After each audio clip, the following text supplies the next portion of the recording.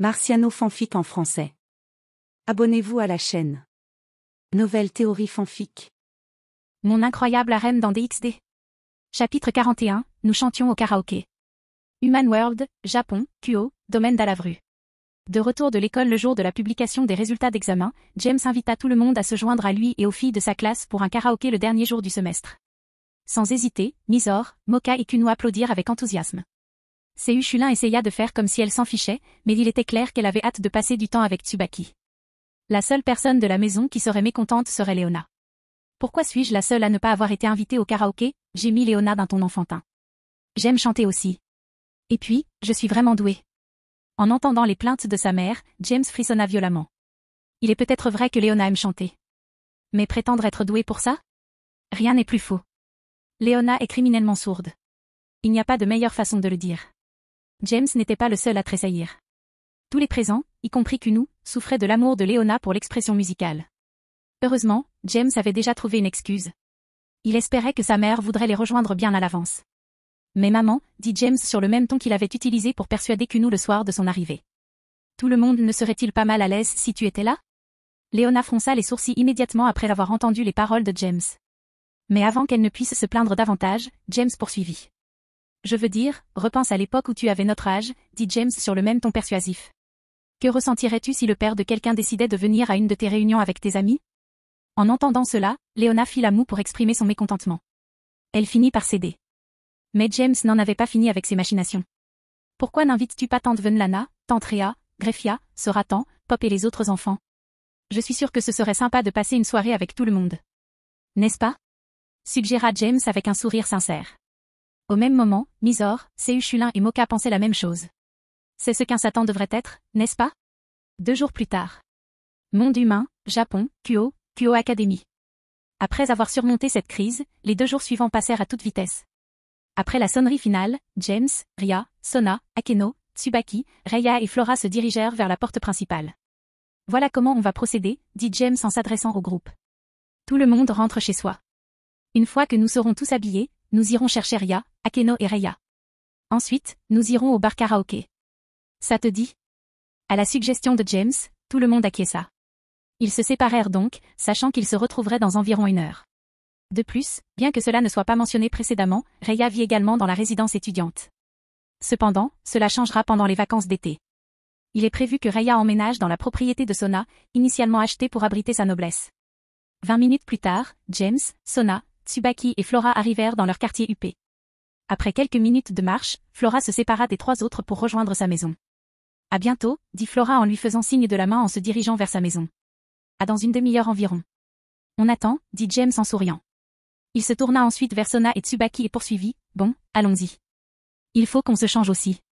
Sona et Tsubaki hochèrent simplement la tête en réponse, puis se rendirent au domaine de Sona pour se changer. James entra également chez lui et se rendit dans sa chambre pour se changer. En traversant la maison, il salua sa mère, elle aussi prête à sortir.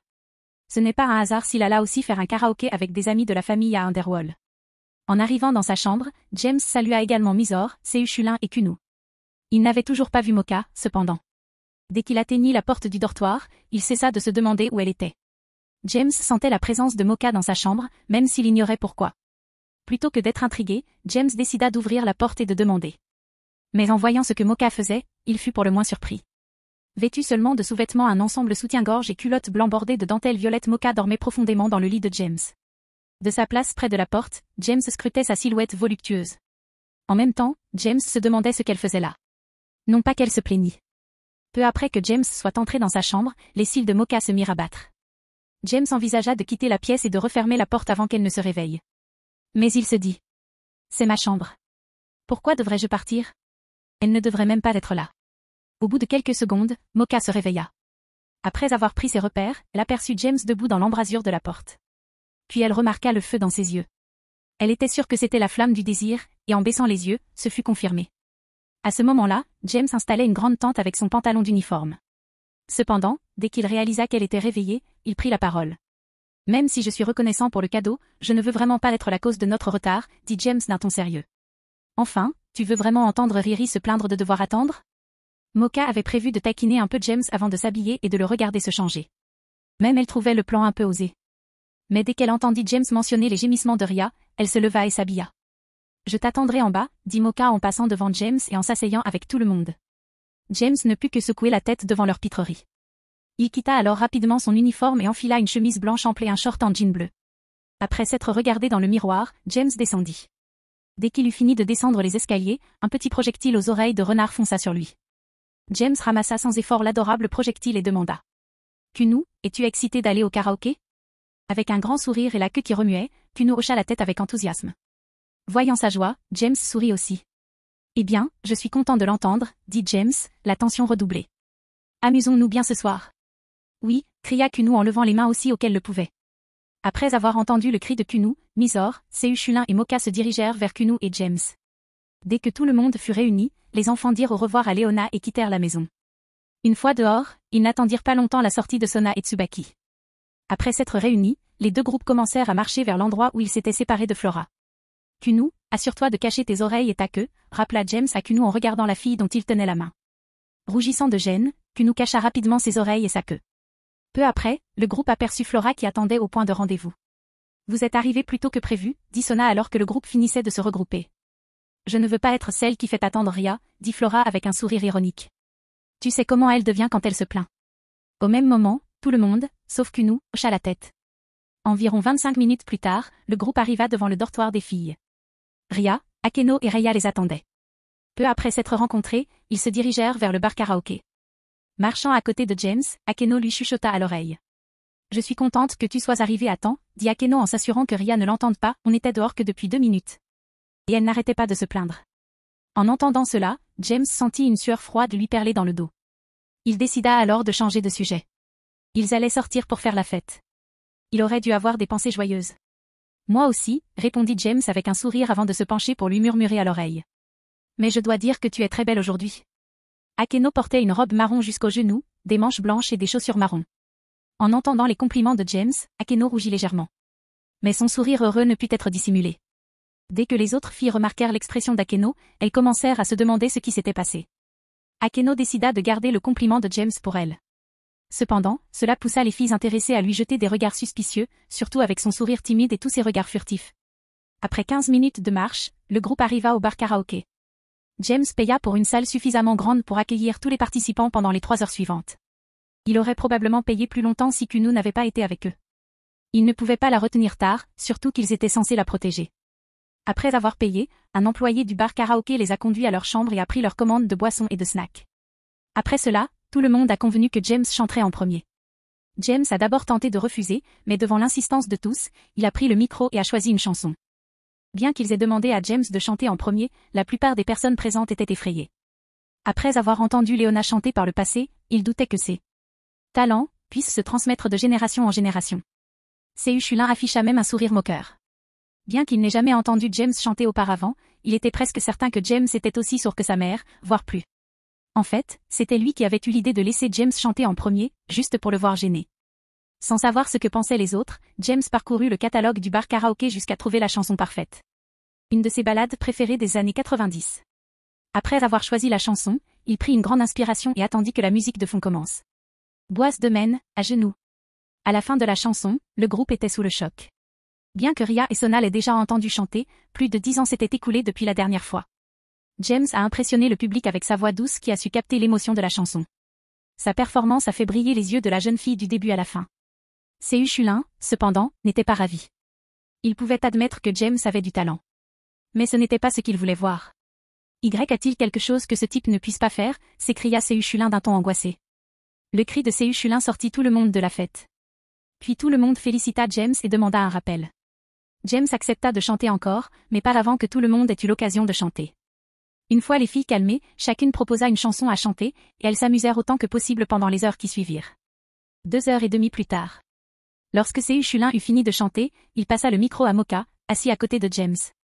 Au lieu de retourner auprès de Tsubaki comme il le faisait habituellement après son service, Sehuchulin décida de s'asseoir à côté de James. James, dehors je détecte. Commença à rapporter Sehuchulin. Je sais, dit James avec indifférence. Que faisons-nous, demanda Sehuchulin en regardant Kuno. Rien, dit James en regardant Mocha chanter. S'ils ne bougent pas, nous non plus.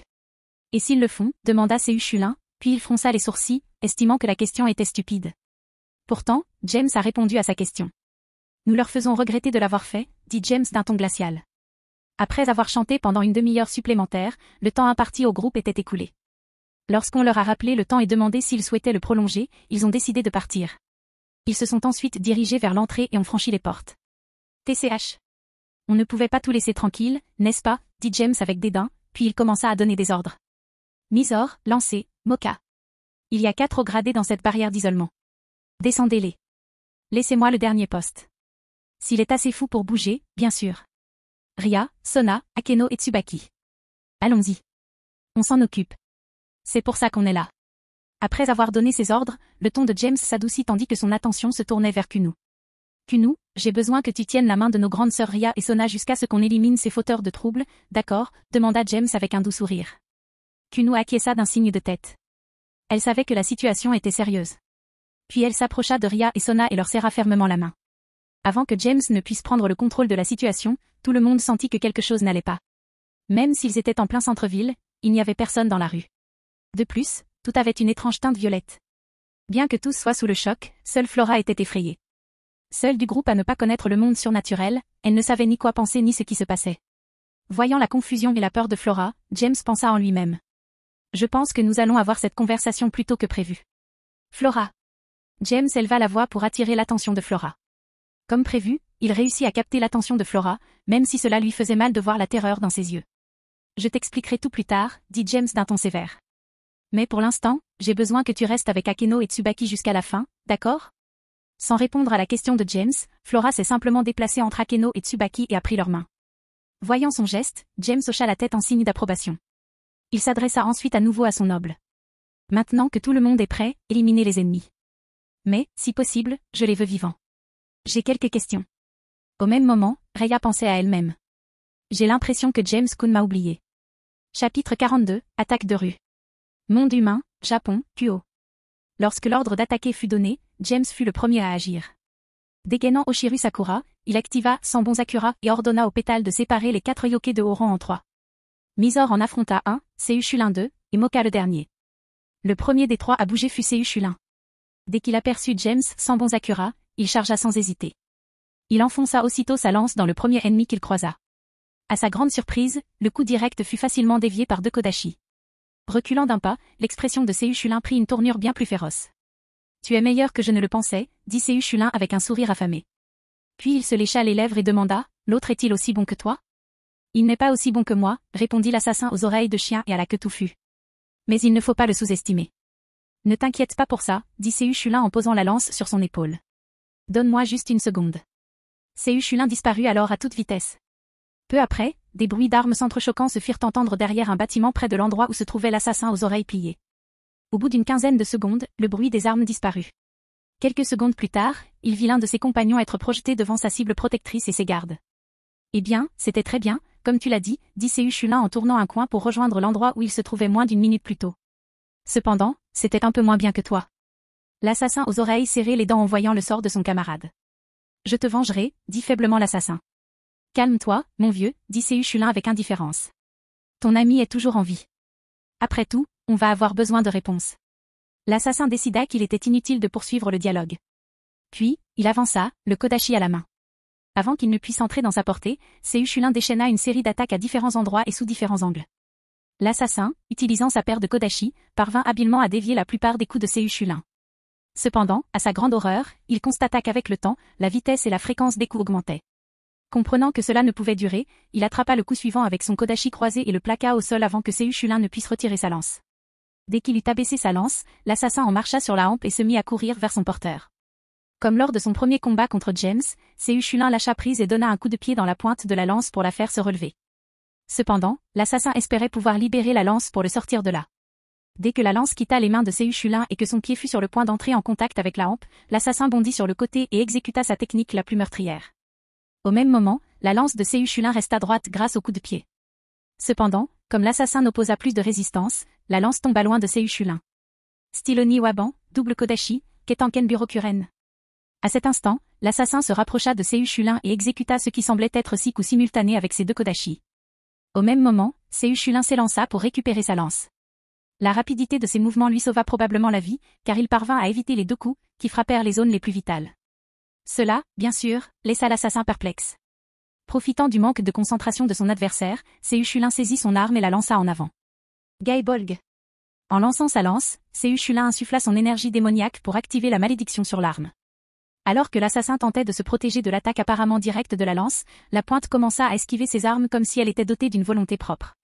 Impossible de l'éviter, la vie de l'assassin aux oreilles prit fin à cet instant. Pantalon, pantalon, pantalon, bon sang, jura Séuchulin, la fatigue commençant à s'installer. J'avais oublié à quel point la malédiction de Gaebolg était épuisante. Je n'ai plus eu besoin de l'utiliser depuis que je l'ai essayé quand maître m'a donné la lance. À ce moment-là, Séuchulin se figea. Si le maître découvrait mes agissements?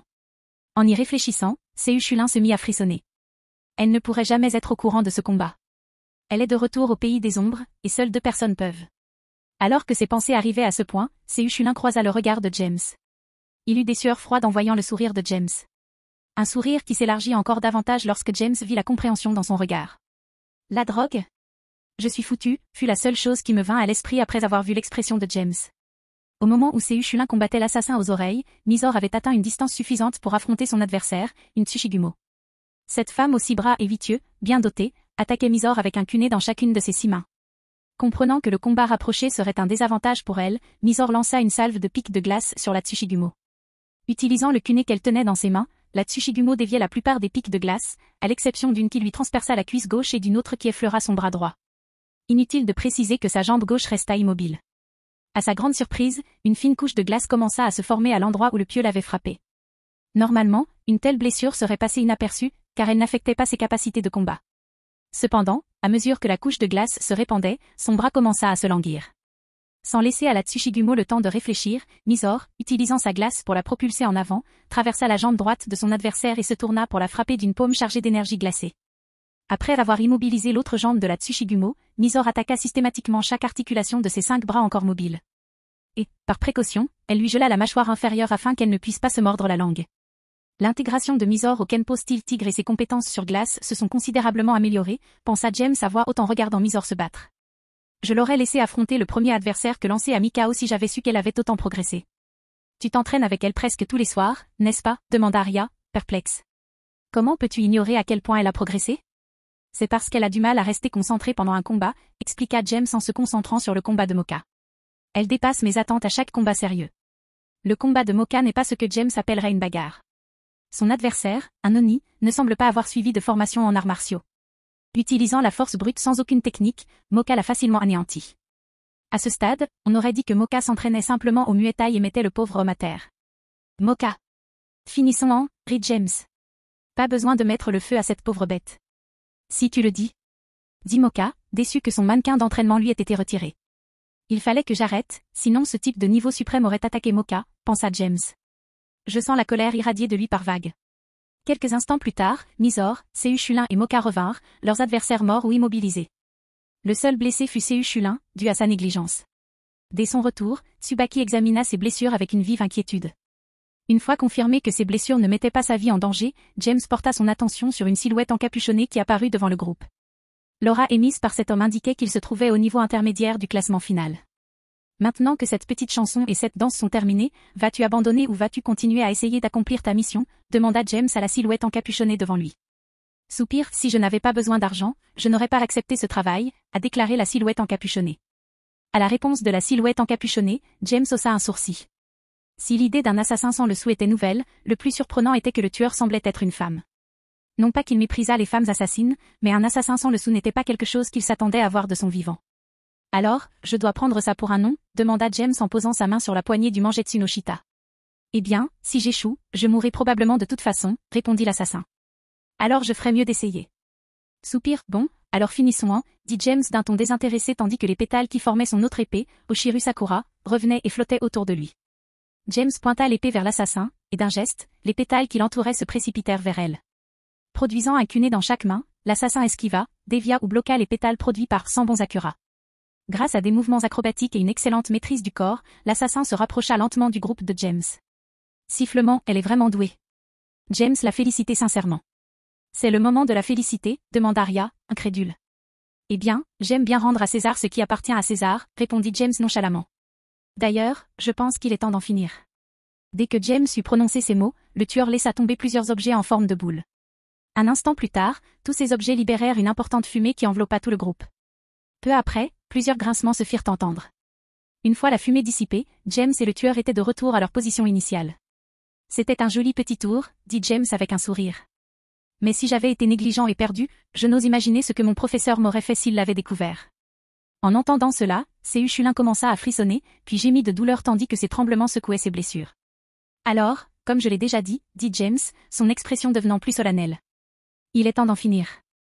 Atterrissant en position d'Iedo, James disparut rapidement d'un pas éclair. Lorsqu'il réapparut, James se tenait derrière l'assassin, rengainant calmement son épée. Dès que le « clic » du garde-main heurtant le fourreau se fit entendre, la cape de l'assassin se détacha de son corps en deux parties de chaque côté. Lorsque la cape fut détruite, on découvrit une grande femme aux longs cheveux argentés, aux yeux gris foncés, portant des lunettes à monture rouge, un grain de beauté sous l'œil droit et des oreilles de singe sur le dessus de la tête. Sa poitrine généreuse était enveloppée dans un kimono d'arts martiaux maintenu par un obi rouge. Elle portait des manches bleues foncées aux avant-bras et un foulard assorti. Le bas du corps était simplement vêtu d'un pantalon et de bottes noires. Un autre croisement, je suppose. Mais son espèce est mauvaise. Mais bon, je n'ai jamais vu cette série, alors je peux me tromper, pensa James en fixant le tueur devant lui. Au même moment, le meurtrier était abasourdi. Penser que ton escrime est si élevé, pensa-t-elle. Eh bien, je n'aime pas vraiment tuer de belles femmes, dit James avec indifférence. Mais si tu décides de continuer, j'ai encore moins de chances d'échouer. Toutes les filles du groupe de James froncèrent les sourcils en entendant le compliment de James au tueur, mais elles furent assez raisonnables pour ne pas intervenir. Pendant ce temps, le tueur tressaillit devant le manque total de respect dans le regard de James lorsqu'il lui parla. « Alors, tu dis que tu ne me tueras pas » demanda l'assassin en rougissant. Ne sachant pas pourquoi il rougissait, James répondit. « Tant que tu ne me donnes pas de raison, » répondit James, puis son aura s'accentua tandis qu'il continuait. « Je suppose que tu as été engagé pour kidnapper cet adorable renard là-bas. Si tu insistes, je te tue. » Sentant l'aura hostile, l'assassin frissonna une fois de plus, puis baissa la tête et parla. « J'abandonnerai cette mission, » dit l'assassin. La tête toujours baissée, il continua. « Même si cela signifie être traqué par ceux qui veulent ta capture. Au moins, je survivrai à leur traque. Mais je suis certain que m'opposer à toi me mènera à la mort. » Alors qu'il finissait ces mots, un nuage de fumée recouvrit sa silhouette. Une fois la fumée dissipée, le tueur avait disparu. « Il a abandonné plus facilement que je ne l'aurais cru, » dit James en se grattant la tête. « Alors, elle est magnifique, hein » demanda Ria, les bras croisés. La jalousie transparaissait dans son ton. « N'est-ce pas » demanda James en inclinant la tête. « Ou mon sens de la beauté est-il erroné ?» À la réponse de James, Ria resta silencieuse. Elle ne savait pas comment réagir. Les autres filles qui voulaient se plaindre restèrent également bouche bée. « Bon, il se fait tard. Kuno devrait bientôt aller se coucher, » dit James avec un sourire, avant de reprendre une expression plus solennelle. « J'ai aussi des choses à expliquer à Flora. » Chapitre 43, beaucoup de choses à penser. Après le départ de l'assassin, James décida de renvoyer tout le monde chez eux. Ria ordonna à Akeno de les téléporter au dortoir des filles. Reia y vivant toujours, elle fut également téléportée avec elle. Ria, Akeno et Reia rentrant seuls, James décida d'utiliser un cercle de téléportation. La jalousie peut être une émotion vraiment désagréable, dit Sona juste après que Ria et les deux autres aient été téléportés. Bien que James soit d'accord avec ce que Sona a dit, il avait des choses plus importantes à se soucier. Bon sang, je n'étais vraiment pas encore prêt à avoir cette conversation avec Flora, mais... C'est comme ça, je suppose. Flora, Ria et les deux autres, retournons au quartier avec un cercle de téléportation, dit James, s'adressant au seul du groupe qui ne connaissait pas le côté surnaturel du monde.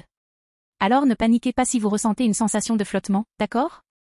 Toujours incrédule devant ce qu'elle venait d'observer, Flora hocha la tête, plus par réflexe qu'autre chose. D'un autre côté, elle comprenait désormais pourquoi certaines choses quittaient son côté de la barrière. Avant de pouvoir se plonger plus profondément dans ses pensées, elle remarqua un cercle magique semblable à celui qui entourait Ria, Akeno et Reia. Dès qu'elle commença à décoller, elle ressentit la légèreté dont James l'avait mise en garde un instant plus tôt. Et un instant plus tard, elle et le reste du groupe étaient de retour au même endroit, dans son quartier, où elle les avait trouvés quelques heures plus tôt. « Les filles, allez-y, je vais ramener Flower à la maison et lui expliquer quelque chose, » dit James une fois la téléportation terminée. « Ok, on se voit à la maison, » dit Misor en faisant un signe de la main à James. « Reviens vite à la maison, Onisan, » dit Kuno en essayant de garder les yeux ouverts. James fit un signe de tête aux filles puis fit un geste vers Flora. « Êtes-vous prêts ?» demanda James. Une fois de plus, Flora hocha simplement la tête. Sur ce, les deux groupes se séparèrent. Tandis qu'il marchait avec Flora, James essayait de rassembler ses idées. Reprenant ses mots, il jeta un coup d'œil à Flora du coin de l'œil. Elle affichait une expression très incertaine, marchant silencieusement, la tête baissée. La voyant ainsi, il décida de se joindre à la conversation et de suivre son instinct. Pour répondre aux problèmes qui nous inquiètent, dit James pour commencer l'explication, lorsque ses pas s'arrêtèrent. Quand James commença à parler, Flora s'arrêta à son tour. Après avoir suivi James de quelques pas, elle se tourna vers lui. Debout sous un lampadaire, sa confusion et sa peur face à la situation à laquelle elle venait de faire face étaient clairement visibles. Soupir, je pense que la chose la plus importante que tu devrais savoir à propos de toutes les personnes avec qui nous sommes sortis avant, c'est qu'aucun de nous n'est humain, dit James d'un ton sombre. Sur ce, les yeux de Flora s'ouvrirent et sa bouche s'ouvrit légèrement. Aucun d'entre vous, demanda-t-elle. Non, répondit James. Quoi qu'il en soit, demanda à nouveau Flora. Eh bien. James marqua une pause pour réfléchir, puis poursuivit. Techniquement, il y a un humain là-dedans. Je suis à moitié humain. Flora resta silencieuse, puis elle reçut une gifle. Après cela, elle décida de passer à autre chose. Qu'est-ce qui ne va pas avec la petite fille, demanda Flora, le désespoir commençant à se lire sur son visage. Elle s'appelle Kunu, n'est-ce pas? C'est vrai. James hocha la tête. Pour répondre à ta première question, non, elle n'est pas humaine non plus. Alors si aucun de vous n'est humain, alors qui êtes-vous, demanda Flora. Bon, voyons voir, dit James, avant de réfléchir un instant avant de poursuivre. Comme je l'ai déjà dit, je suis un demi-démon. Attends, interrompit Flora. Diable. Je sais que les membres du club te traitent de démon pendant l'entraînement, mais ce n'est pas ce que je voulais dire. Ah. James rit à l'interjection de Flora. Puis il poursuivit, j'étais toujours ironique quand on m'appelait comme ça. Je me demandais toujours comment il réagirait s'il découvrait la vérité. C'était logique. Comme les démons dont on parle dans les textes bibliques. Aux paroles de James, Flora s'arrêta un instant pour se toucher le visage. Après avoir observé son expression, elle réalisa que ce devait être un spectacle impressionnant. Bref, comme je le disais, je suis un demi-démon, dit James, reprenant là où il s'était arrêté. Rhea et Sona sont des démons. De la noblesse démoniaque, en fait. Akeno, Tsubaki, Mizor, Lancé, Moka et Rhea sont des démons réincarnés. Ça en fait quand même des démons. Oh, puisque tu l'as rencontré, ma mère est aussi un démon réincarné. Et enfin, Kunu est un yokai, un renard à 9 queues, pour être précis. Tu es sérieux, n'est-ce pas, demanda Flora, ayant encore du mal à croire ce que James avait à dire. Très sérieux, dit James d'un ton solennel. Pourquoi vis-tu ici parmi les humains, demanda Flora après un moment de réflexion. Eh bien, c'est un peu plus compliqué, dit James en lui caressant le menton. Chaque fois que tu fais ça, tu ressembles à un vieil homme, dit Flora inconsciemment. Roulant des yeux à la déclaration de Flora, James expliqua pourquoi le groupe était là. Voyons voir, Rhea et Sona sont ici pour régner sur le côté surnaturel de cette ville. Elles ont été envoyées ici pour acquérir de l'expérience en matière de gouvernance territoriale, puisqu'elles sont toutes deux héritières de leur maison noble. Akeno est membre de la noblesse de Rhea, Tsubaki et Rhea font partie de la noblesse de Sona, puis il y a moi, qui ai été chargé de protéger les deux princesses, et enfin il y a Mizor, Lancé et Moka. Ce sont des membres de ma noblesse, confiés à mes soins. Comme vous l'avez vu ce soir, des individus très mal intentionnés la traquent pour des bêtises politiques. Norship? Qu'est-ce que ça veut dire qu'ils font partie de la noblesse, demanda Flora, perplexe. Pour répondre à cette question, James expliqua tout sur le système Evil Peace, les péris et les rating games. Après avoir terminé son explication, il laissa à Flora le temps d'assimiler l'information. Soupir, c'est incroyable, dit Flora dès qu'elle sortit de ses pensées. Pour un être humain normal, j'imagine que ce serait le cas, dit James en hochant la tête. J'ai une autre question, dit Flora avec curiosité. Vas-y, dit James, faisant signe à Flora de poser sa question. Puisque tu as dit que la plupart d'entre eux se sont réincarnés, qu'était-il avant, demanda Flora. James prit un moment pour y réfléchir. Eh bien, ma mère était humaine, Mizor était une Yuki-onna, Lancé était humain aussi, et Moka était un vampire. Mais ce n'est pas à moi de te parler des autres. Je n'aurais jamais imaginé cela, murmura Flora pour elle-même. Eh bien, tu n'aurais jamais soupçonné qu'ils étaient humains, dit James avec un sourire effronté. Flora leva les yeux au ciel et, pendant la demi-heure qui suivit, demanda à James tout ce qu'elle pouvait penser sur le côté surnaturel du monde. Après avoir posé sa dernière question, elle se figea. Puis elle posa sa dernière question d'un ton nerveux. Puisque tu m'en as parlé, est-ce que ça veut dire que tu dois me tuer, demanda Flora, effrayée. James se figea en entendant la question de Flora. Après un moment de répit, il éclata de rire. Il passa près de 3 bonnes minutes à rire. Bien sûr, Flora fut surprise. Puis, elle se transforma en gêne. Finalement, James se calma et reprit la parole. Allaitement, oh, merde. Allaitement, c'était tellement drôle. Allaitement, je pense que tu as vu beaucoup de films. Des vieux films. Je ne sais pas s'ils disent ça dans les plus récents. Maintenant, avec une moue sur son visage, Flora regardait James. Tu as fini, demanda Flora avec impatience. Ouais, j'ai fini, dit James en agitant la main d'un air dédaigneux. Au fait, ta petite moue est vraiment mignonne. Flora rougit aux commentaires désinvoltes de James. Puis elle posa une autre question. Alors pourquoi m'as-tu raconté tout ça, demanda Flora pour changer de sujet. Pour être honnête, je t'observe depuis que tu as rejoint le club de MMA, dit James, laissant son sourire disparaître. Et mes observations m'ont amené à croire que tu serais un excellent ajout à ma noblesse. Quoi? Flora était stupéfaite. Honnêtement, outre mon amour du MMA, j'ai aussi créé le club pour repérer des membres potentiels de ma noblesse, explique Thiago. Comme je vous l'ai dit, un ensemble de pièces du mal contient 15 pièces, n'est-ce pas? J'ai recruté suffisamment de membres pour n'en utiliser que 6. Ça veut dire Misor, lancé. Je pensais que c'était un surnom bizarre. Mocha a-t-il reçu 2 pièces chacun? Flora posa une autre question confuse. Oh non, ce n'est pas tout. James réfuta ses spéculations. J'ai 2 autres membres de ma noblesse que tu n'as jamais rencontrés. Et l'un d'eux a pris 2 pièces. Je vois. Eh bien, je peux vous donner quelques jours pour réfléchir à votre réponse, dit James. Ma réponse à quoi? Demanda Flora en inclinant la tête. Que tu rejoignes ma pairie ou non, répondit James. Puis il expliqua davantage. Malheureusement, je ne peux te donner que quelques jours pour y réfléchir. Si tu refuses, ou si cela prend trop de temps, je devrais effacer de tes souvenirs tout ce qui s'est passé ce soir, après notre passage dans la barrière d'isolement. Hein? Mais pourquoi? Demanda Flora, un peu effrayée. Soupir, parce que les humains normaux ne sont pas censés connaître le surnaturel, expliqua James patiemment. C'est une règle que tous les êtres surnaturels essaient de suivre. Dès que James eut terminé, il reprit sa route vers la maison de Flora. Et, bien sûr, Flora le suivit. Après quelques minutes de marche silencieuse, ils atteignirent la porte de Flora. Après que Flora eut mis la clé dans la serrure, James se retourna, prêt à rentrer chez lui. « Salut, James » dit Flora en ouvrant la porte. « Encore une chose avant que tu partes. » En entendant cela, James se tourna pour comprendre ce que Flora voulait dire. Dès qu'il regarda Flora, il sentit un choc dans sa poitrine. Immédiatement après, il sentit 2 bras fins mais fermes autour de son cou. Puis il sentit 2 lèvres douces se presser contre les siennes. Et, la mâchoire baissée de surprise, il sentit une langue entrer dans sa bouche. Bien qu'il fût surpris, ce n'était pas le premier baiser de James. Plus encore, il détestait se sentir dominé. Alors, en réponse, James enroula ses bras autour du bas du dos de Flora et prit le contrôle du baiser.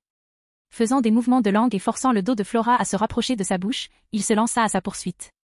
Après avoir exploré chaque centimètre carré de sa langue pendant environ 4 minutes, James laissa Flora reprendre son souffle. Après avoir réussi à reprendre son souffle, Flora regarda James avec reproche. « Pourquoi es-tu si doué ?» demanda Flora d'un ton dégoûté. « Tu te comportes bien mieux à l'école. »« Eh bien, j'ai beaucoup d'expérience, » dit James avec un regard lointain. « En voyant ton expression, je ne suis pas sûr de devoir te demander des détails, pensa Flora. Revenant à la réalité, James lui demanda ce qu'elle avait en tête pendant les 30 premières secondes du baiser. « Alors, c'était pourquoi ?» demanda James. « C'est simple, » répondit Flora en souriant. « Même si tu dois effacer ma mémoire de ce soir, je veux que tu t'en souviennes. » Après cela, Flora se retourna et ouvrit la porte d'entrée. Sans se retourner, elle posa une dernière question. « Si tu dois effacer mes souvenirs, cela veut-il dire que nous cesserons d'être si proches ?» Avec un grand sourire, que Flora ne pouvait pas voir, James répondit. « Bien sûr que non. Que tu connaisses le monde surnaturel ou non, nous resterons amis. » Puis James se retourna et commença son voyage vers la maison. « Juste amis ?» demanda Flora par-dessus son épaule. « Qui sait ?» répondit James sans se retourner. Puis il dit au revoir et poursuivit. « Seul l'avenir nous le dira. » Après avoir marché quelques minutes, James ne put s'empêcher de se dire. « Alors je n'oublierai pas ce soir, hein ?» Chapitre 44, un nouveau membre dans la famille. Human World, Japon, Kuo, domaine d'Alavru. Et, Dreg, dit James, apparemment à personne, tout en réparant ses épées, celles d'Oshiru Sakura et celles de Mangetsu no Shita. Quoi de neuf, mon pote, répondit Dreg, l'empereur dragon rouge, sa voix émanant d'une lueur verte au dos de la main gauche de James. L'un de vos hôtes précédents vous a-t-il déjà présenté comme une sous-espèce, demanda James, par curiosité. Non, répondit Dreg avec assurance. Pourquoi, qu'est-ce qui ne va pas? Je me disais juste ça, peut-être que c'est le cas, répondit James en soulevant Mangetsu no Shita après l'avoir essuyé avec un chiffon huilé. Levant la lame à hauteur des yeux, James examina attentivement le tranchant à la recherche d'éclats. Remarquant des éclats ou des fractures, James hocha la tête avec satisfaction et rengaina la lame. Puis, il prit Oshiru Sakura et la dégaina pour répéter l'opération. Partenaire, je reconnais que tu es vraiment spécial, dit Dreg d'un ton reconnaissant. Après une courte pause, il poursuivit, bien que le défi ait été modifié pour mieux correspondre à ton style de combat, aucune de mes compétences n'a changé. Tu es sûr, demanda James, perplexe. Laisse-moi plutôt te poser une question, dit Dreg sans répondre à la question de James. Qu'est-ce qui te fait penser que tu as développé une sous-espèce? Eh bien, d'après ce que je sais, le Boosted Gear est censé augmenter la puissance de l'utilisateur dans tous les domaines toutes les 10 secondes, n'est-ce pas? Demanda James pour vérifier ses connaissances. Oui, c'est vrai, répondit Dreg. C'est bien ce que je pensais. Bon, je sais que je ne t'utilise pas beaucoup. Je m'en excuse, d'ailleurs, dit James en secouant la tête. Puis il poursuivit. Donc, quand je t'utilise, j'ai l'impression que ma puissance offensive augmente. Après avoir réalisé ça, c'est pour ça que j'ai cru que tu étais une sous-espèce. Drake resta silencieux quelques instants. Comprenant qu'il se remémorait toutes les fois où il avait utilisé Boosted Gear, James garda le silence et continua de nettoyer son épée. Une fois la lame huilée, Drake brisa enfin ce silence confortable. Ah ah ah. Drake rit bruyamment pendant quelques instants. Qu'est-ce qui est si drôle? Demanda James en fronçant les sourcils tandis que le rire de Drake commençait à s'éteindre. Ah, désolé. Ah. Mais. Ah. La réponse que j'ai donnée est hilarante, dit Drake entre deux rires intermittents. Oh, et quelle réponse as-tu donnée? Demanda James, irrité. Avant que tu ne répondes, dit Drake, retenant enfin complètement son rire. Il poursuivit, quelles sont les seules fois où tu m'as appelé pour me battre?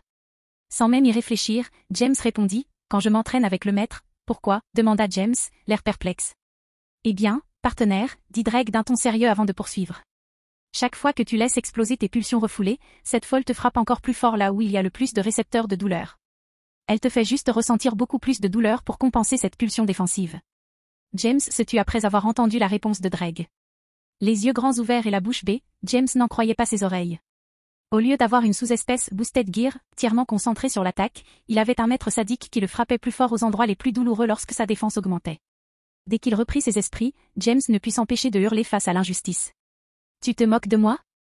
James rejeta la tête en arrière et rugit vers le ciel. Dès qu'il eut fini de rugir, un silence étrange régna autour de lui. Avant qu'il puisse se calmer, James entendit une voix furieuse en contrebas. Surveille ton langage, cria Léona. Son ton rivalisait avec le rugissement indigné de James. Où essaies-tu de corrompre le petit Kuno?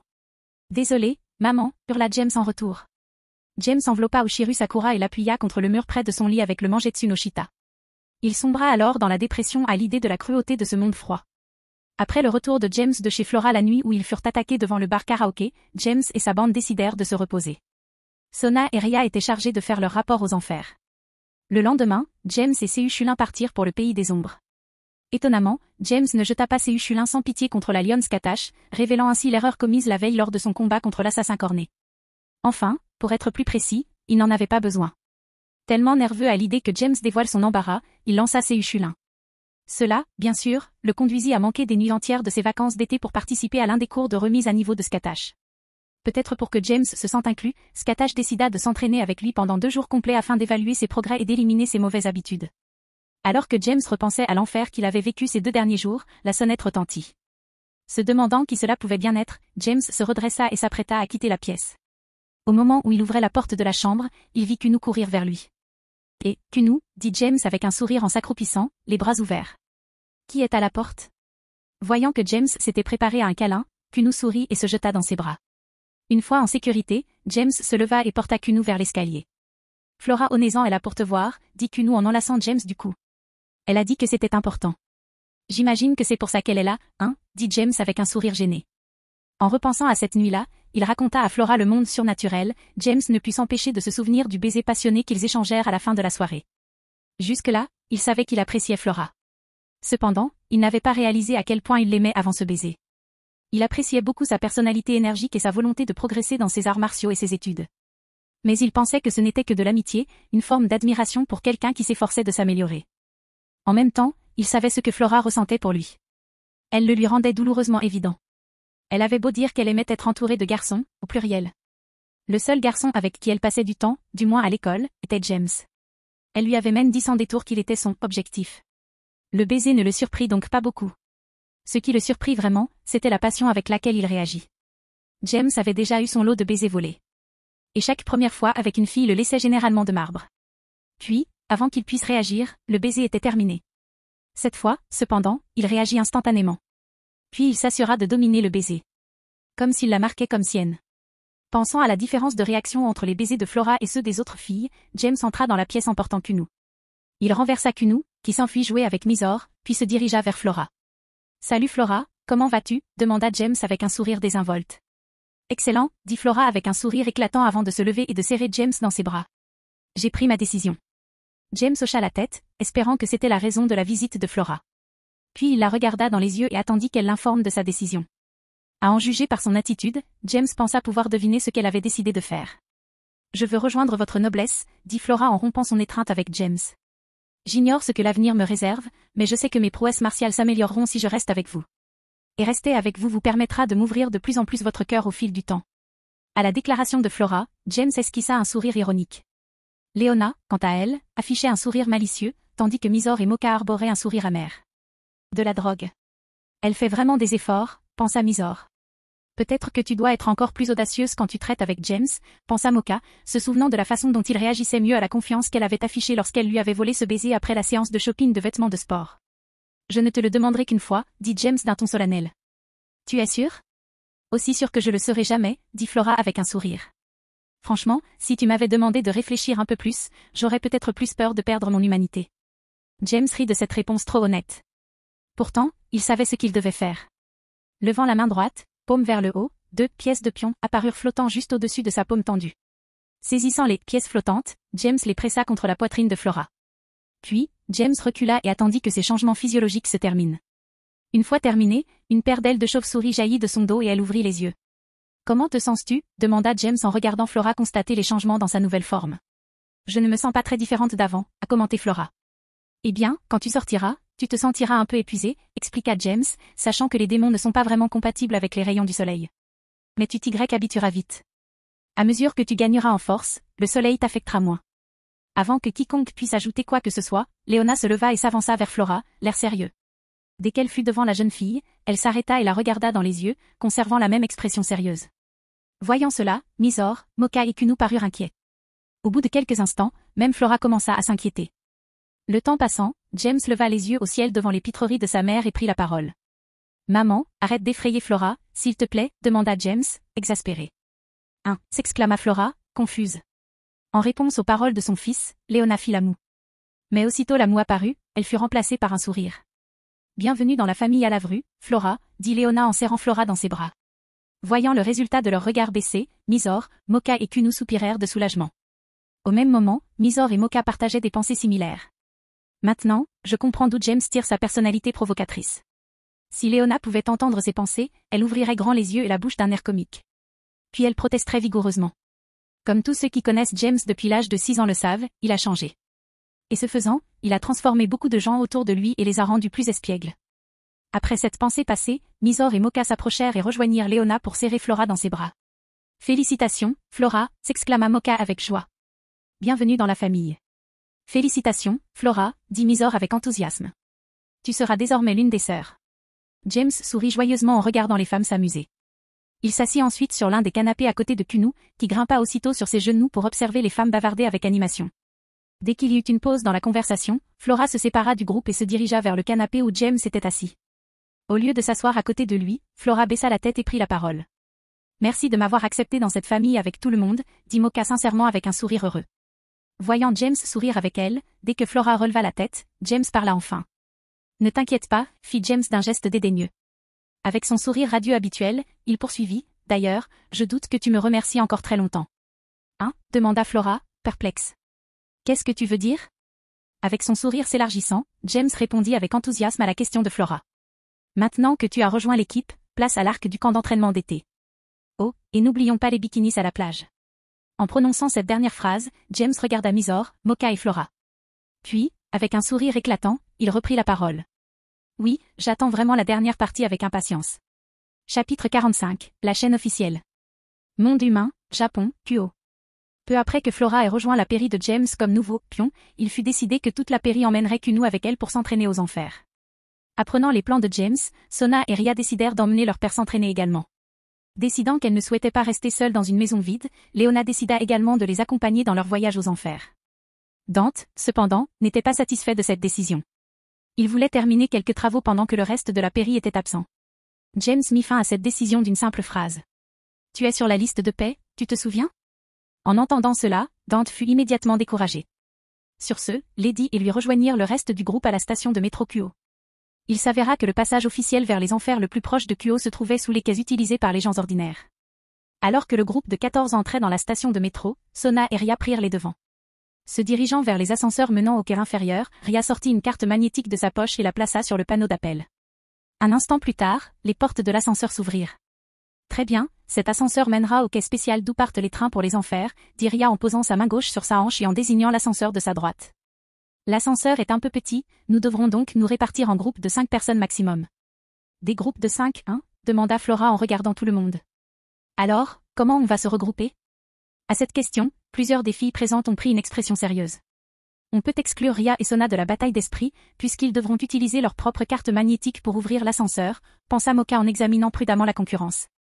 Seu Shulin irait probablement dans le groupe de Tsubaki. Et Tsubaki irait probablement avec Sona, pensa Mizore, regardant également les filles présentes comme si elles étaient ennemies. Même si Reiya est proche de James, elle ne semble pas être une menace pour le moment, pensa Akeno avec un sourire adorable. Puis elle tourna son attention vers Ria et pensa, Ria va probablement intervenir et me forcer à l'accompagner. Avec une excuse du genre, ma reine devrait être avec moi tout le temps. C'est dégoûtant. James ira probablement avec sa mère et Kuno. Ça veut dire qu'il n'y aura que 2 places libres dans leur groupe, se dit Flora, puis ses yeux s'écarquillèrent de compréhension. Après ça, elle se mit à réfléchir et trouva le moyen idéal de rejoindre ce groupe. Tante Léona, je rejoins ton groupe, dit Flora avec un doux sourire. Souriant aussi gentiment, Léona répondit à l'enthousiasme de Flora. Bien sûr. Madame, pourquoi ne nous accompagnez-vous pas aussi? Vous avez rejoint la pairie de Jacques il y a quelque temps, mais je n'ai pas vraiment eu le temps de vous parler. Lady regarda Dante puis accepta la proposition de Léona. On est donc 5, dit Léona avec un sourire avant d'entrer sans cérémonie dans l'ascenseur. James, Kuno, on y va. Haussant les épaules, James prit la main de Kuno et suivit sa mère jusqu'à l'ascenseur. Peu après, Flora et Lady les rejoignirent. C'est intelligent. Pensa Mizore en serrant les dents de frustration. Zut, s'exclama Moka intérieurement. Je ne peux pas sous-estimer cette fille. Alors que Ria lui souriait d'un air suffisant, Akeno ne pouvait que soupirer face à ce développement. Avant que les portes ne se ferment, James regarda le reste de sa pairie et ordonna, même si cela ne prend pas longtemps, protégez les dames de la maison Grémory et Citri en mon absence. Oui, vas-y, dit Seu Shulin en agitant la main d'un air dédaigneux. Plus vite tu iras, plus vite l'ascenseur reviendra. Plus vite nous serons tous réunis. Sur ce, James laissa les portes de l'ascenseur se refermer. Aussitôt fermées, les 5 occupants sentirent l'ascenseur descendre. Cependant, la vitesse semblait un peu trop rapide. Un peu effrayé, Kuno resserra sa prise sur la main de James. Sentant cela, James baissa les yeux et vit la peur dans les yeux de Kuno. Ne t'inquiète pas, Kuno, dit James avec un sourire éclatant. Il ne t'arrivera rien. Je suis là pour te protéger, tu te souviens? En entendant cela, Kuno leva les yeux et vit James lui sourire. Voyant ce sourire contagieux, Kuno sourit à son tour. En voyant James interagir avec Kuno, Léona et Flora sourirent joyeusement. Même Lady, qui affichait habituellement une expression stoïque, esquissa un petit sourire. Peu après, l'ascenseur atteignit sa destination. Lorsque les portes s'ouvrirent, le groupe continua son chemin vers les enfers. Et que viril? Un autre quai souterrain. La seule différence avec les quais habituels était que tous les trains portaient les insignes de Grémory et de Citri. Je dois admettre que j'espérais quelque chose de plus, je ne sais pas, surnaturel, dit Flora, déçue par son ton. Ouais, je pensais qu'il y aurait un grand Sankémon, comme dans Bleach, dit Kuno, les oreilles et la queue baissées de déception. Ah. James rit en entendant les paroles des filles. Vous avez toutes les deux une imagination fertile, n'est-ce pas? En entendant James rire, Flora et Kuno rougirent de gêne. Pour changer de sujet, Flora parla rapidement. Au fait, tu ne m'as toujours pas dit les noms des mangas que tu as dessinés, James, dit Flora. Hein? La dame parut surprise. Vous dessinez des mangas? Un démon dessinant des mangas, c'est étrange. Tous les démons ne sont pas comme ceux que vous chassez, madame, dit James en souriant. En fait, vous ne chassez que les démons verrants. Normalement, les démons vivent en harmonie avec les humains. Enfin, ils vivent entre eux sans rien faire de violent. James tourna alors son attention vers Flora, mais avant qu'il puisse répondre à sa question, un petit renard vif intervint avec enthousiasme. Tu ne le savais pas, Flora Onésan, dit Kuno d'un air suffisant, la poitrine bombée de fierté. James Onisant a fait Bleach et Schoolrumble. Quoi? S'exclamèrent simultanément Lady et Flora. Bien qu'elle ne soit pas une grande fan de manga, Lady avait entendu parler de la popularité de Bleach. Cependant, elle doutait de la popularité de Schoolrumble. Mais avec la popularité de Bleach, elle était sûre que l'autre ne pouvait pas être si mauvais non plus. Flora, quant à elle, était stupéfaite. Elle savait que James devait être l'auteur d'un manga très populaire, surtout après avoir découvert qu'il avait financé la salle de MMA de la Kyoho Academy avec ses propres deniers. Mais elle n'aurait jamais imaginé que ces deux-là étaient son œuvre. Alors, tu dis que le manga le plus populaire au monde, Bleach, est ton œuvre? Demanda Flora, incrédule. Tu fais une petite erreur, Flora, dit Léona avec un sourire malicieux. Ce n'est pas seulement le manga le plus populaire au monde. Hein? Demanda Flora, perplexe. Qu'est-ce que tu veux dire? Bleach est le manga le plus populaire de tous les royaumes, a déclaré Léona avec fierté.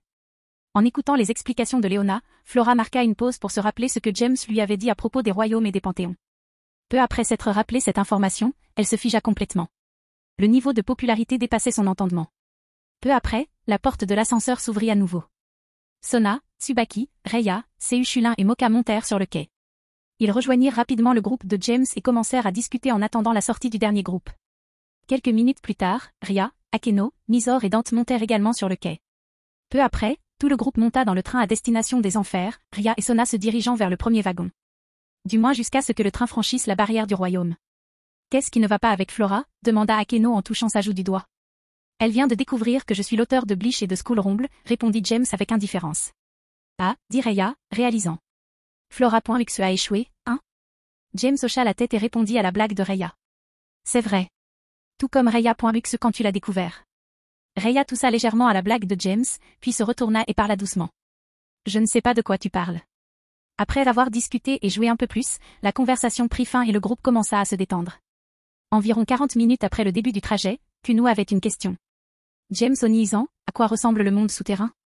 À la question de Kuno, tous ceux qui visitaient les enfers pour la première fois tournèrent leur attention vers James. Au lieu de répondre, James réfléchit un instant.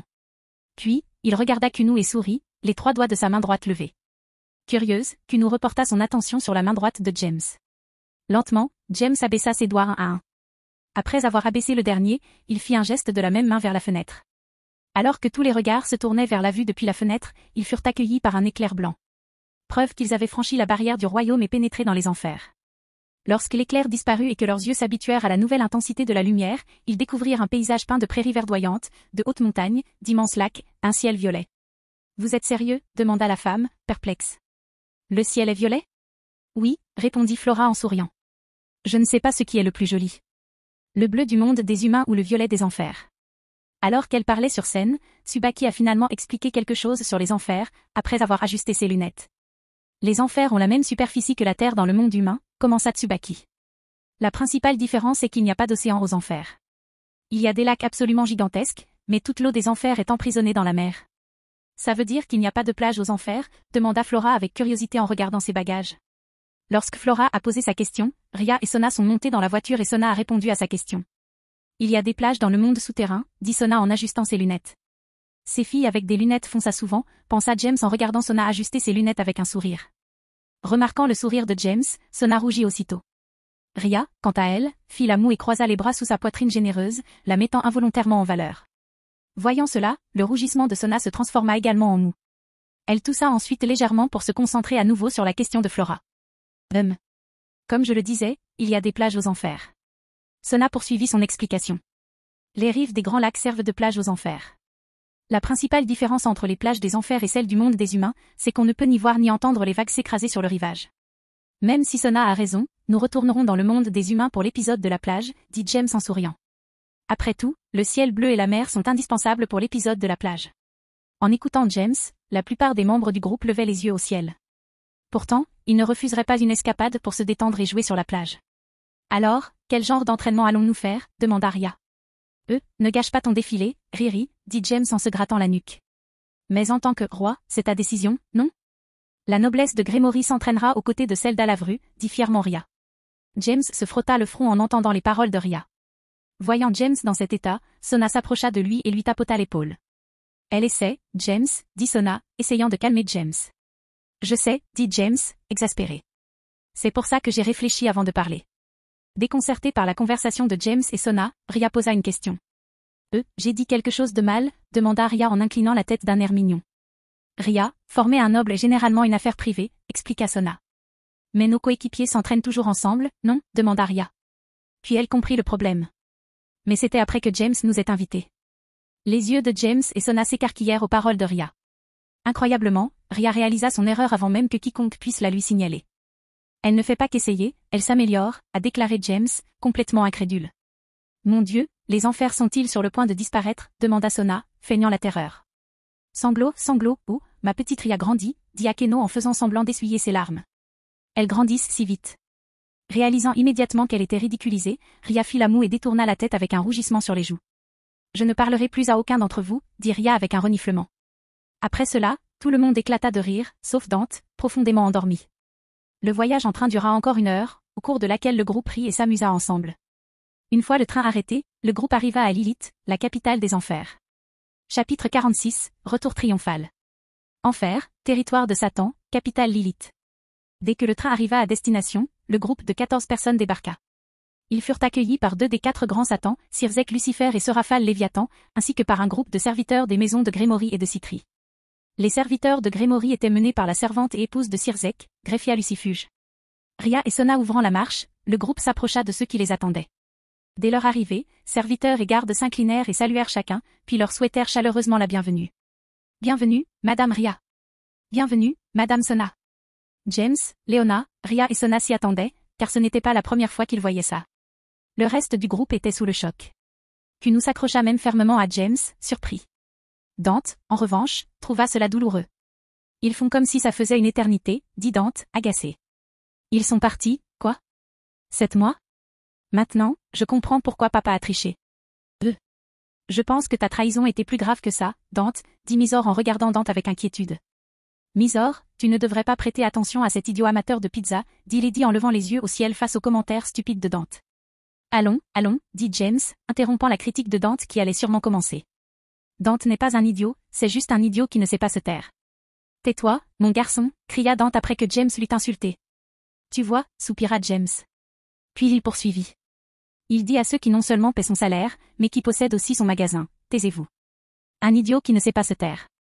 Dante réalisa alors que tout ce que James disait était vrai. Pas la bêtise, bien sûr. Mais le fait qu'il ait dit à son patron de se taire enfin, pas la bêtise, mais littéralement. Ne voulant pas admettre son erreur, Dante haussa les épaules et décida d'ignorer tout simplement ce que disaient les autres. Durant cette conversation, l'ambiance était à la fête. Serviteurs et spectateurs applaudissaient. Soldats et gardes levaient leurs armes au ciel et saluaient. Un orchestre jouait même une musique entraînante en fond sonore. Cependant, une personne dans la foule ne pouvait ou ne voulait pas interpréter l'atmosphère. Alors temps. Seraphal, las d'attendre l'arrivée du groupe, se jeta sur Sona et se blottit contre sa petite sœur comme un koala. Quoi? Qu'est-ce que tu fais? Demanda nerveusement Sona. Les joues rouges de gêne, elle s'efforça de se dégager de Seraphal en pleurant. Grande sœur, laisse-moi partir tout de suite. Mais tu m'as tellement manqué, tant, dit Seraphal en frottant son visage contre la poitrine de Sona. Pourquoi n'es-tu pas venu me voir?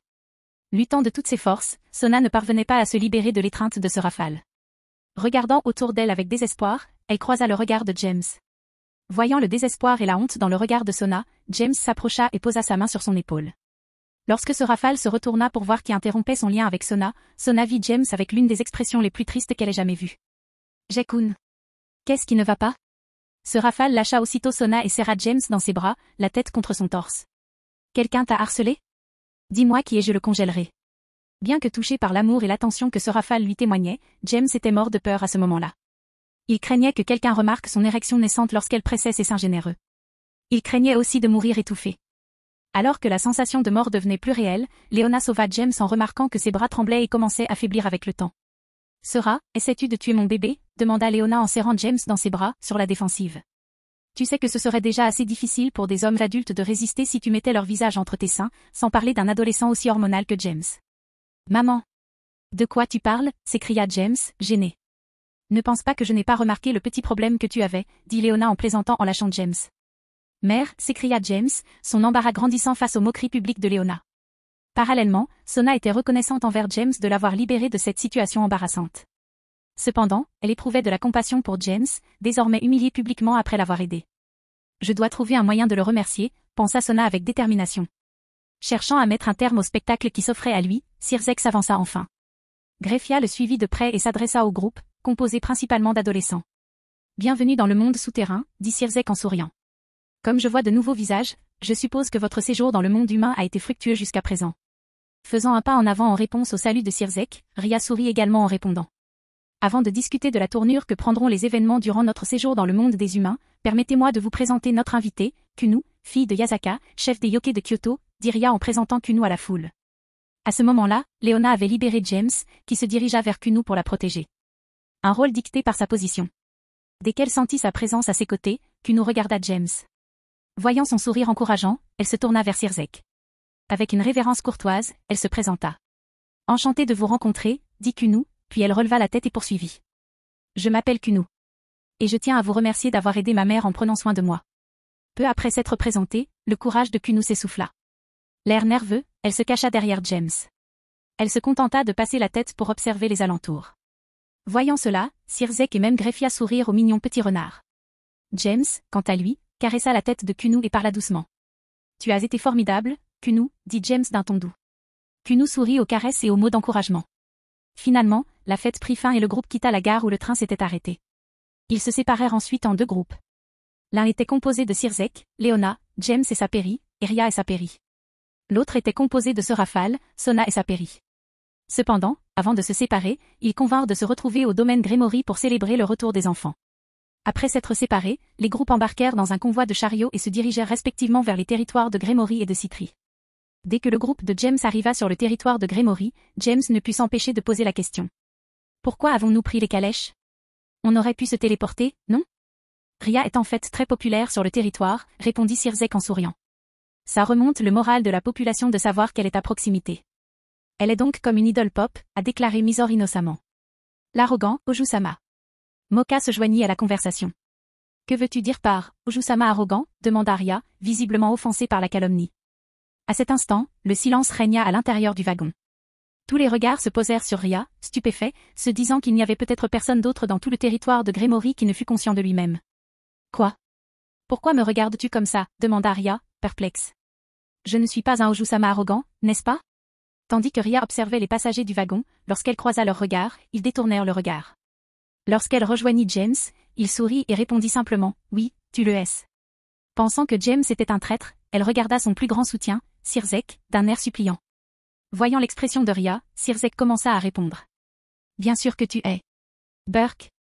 Greffia, c'était pourquoi? Alors que Sirzek était sur le point de répondre à Ria avec la réponse qu'elle voulait entendre, en l'adorant et en le gâtant comme elle le faisait toujours, Greffia lui donna un coup de coude violent pour l'arrêter. Tu as déjà oublié, dit doucement Greffia. Tu as promis d'arrêter de la traiter comme ça, pour son bien. Mais Ria attend. Répondit Sirzek, commençant à défendre ses actions. Il n'y a pas d'excuse, dit Greffia, coupant court à ses excuses. Finalement, Sirzek baissa les épaules, consterné. Greffia commença alors à se porter garant de Sirzek. Malheureusement, ce que mademoiselle Moka a dit est vrai, dame Ria, dit doucement Greffia. Cependant, c'est la faute de votre père et de votre frère aîné. Le reste de la famille se réjouit de votre évolution, maintenant que vous avez tous deux promis d'être des modèles. Que veux-tu dire par là? Demanda Sirzek avec indignation. J'ai toujours été un bon modèle. Une fois de plus, un silence gêné s'installa à l'intérieur du wagon. Cette fois, même Ria ne pouvait consciencieusement prendre le parti de son frère. Voyant l'air vide sur tous les visages, Sirzek n'eut même pas le courage de se défendre davantage. Étais-je vraiment si mauvais? Se demanda Sirzek en baissant la tête. Voyant Sirzek si abattu, personne ne savait quoi dire. Finalement, Greffia lui tapota l'épaule. Lorsque Sirzek releva la tête, il vit Greffia avec un sourire inhabituellement doux aux lèvres. Tu as été vraiment aussi mauvais, dit Greffia sans pitié. Et même après avoir promis de faire mieux, il semble que tu n'en aies aucune intention. Il semble que je doive en discuter avec dame Venelana. En entendant cela, Sirzek frissonna. Malgré sa puissance, il est incapable de réagir quand sa mère n'est pas contente de lui. Même si des siècles ont passé, son corps se souvient encore des coups démoniaques qu'il a reçus dans sa jeunesse. S'il te plaît, ne le dis pas à maman, supplia Sirzek en serrant fort les mains de sa femme. Je ferai de mon mieux pour m'améliorer. En voyant cela, personne n'aurait pu croire que le démon le plus puissant de l'histoire suppliait sa femme de ne pas révéler ses erreurs à sa mère. Ce spectacle surréaliste était incroyable en soi. Plus important encore, la calèche approchait rapidement du domaine Grémory. Par les fenêtres, le groupe pouvait apercevoir un autre salut semblable à celui du territoire de Satan, quoique à une échelle bien plus réduite. Soupir, combien de fois allons-nous encore devoir chanter et danser cette chanson? Demanda James d'un ton désintéressé. On aurait dû se téléporter au domaine. Avec toute la popularité que tu as, je suis surpris que tu n'y sois pas plus habitué, dit Seu Chulin sarcastiquement. Oh. C'est adorable, le petit Seu essaie d'être malin, dit James comme s'il regardait un malade mental. Bon sang. De quoi tu parles? Demanda Seu Chulin, indigné. Lancé, tu sais que c'est un mangaka, n'est-ce pas? Demanda Moka, préoccupé par l'intelligence de Seu Chulin. Qu'importe? Demanda Seu Chulin. La plupart, sinon tous, de ses fans ne l'ont jamais vu, a déclaré Moka, la main posée sur son front. Je suis vraiment désolé pour Tsubakini, dit Mizor sur un ton similaire. Elle est si intelligente, et lui est si, non. En entendant l'explication de Moka, Seu Chulin se figea un instant. Puis il détourna le regard et prit la parole. Laisse-moi tranquille. Cela emplit le carrosse de rire. Ils arrivèrent enfin au domaine de Grémory et, comme prévu, les applaudissements et les acclamations reprirent pour souhaiter la bienvenue à Ria. Une fois arrivés au manoir et après avoir déposé leurs bagages, le groupe attendit l'arrivée de la famille Citry. Dès leur arrivée, la fête de retour commença. Chapitre 47, les harems existent. Après la célébration, James et Saperi furent rejoints par Rhea et Saperi, ainsi que par Sona et Saperi, pour un entraînement. Bien que James n'appréciât pas l'idée que Rhea s'entraîne avec lui et Saperi, il était prêt à l'aider à devenir plus forte. Finalement, James invita Sona et Rhea. Koneko, Yuto et Gaspé participèrent également à l'entraînement. Durant les 3 semaines suivantes, James et sa noblesse se chargeront en grande partie de l'entraînement de tous les autres. Les 4 nouveaux membres de la noblesse, à savoir Dante, Lady, Rhea et Flora, furent d'abord invités à améliorer leur maîtrise du pouvoir démoniaque. Outre ce travail, Rhea et Flora décidèrent également d'apprendre la magie. Cependant, c'était plus une nécessité pour Rhea que pour Flora.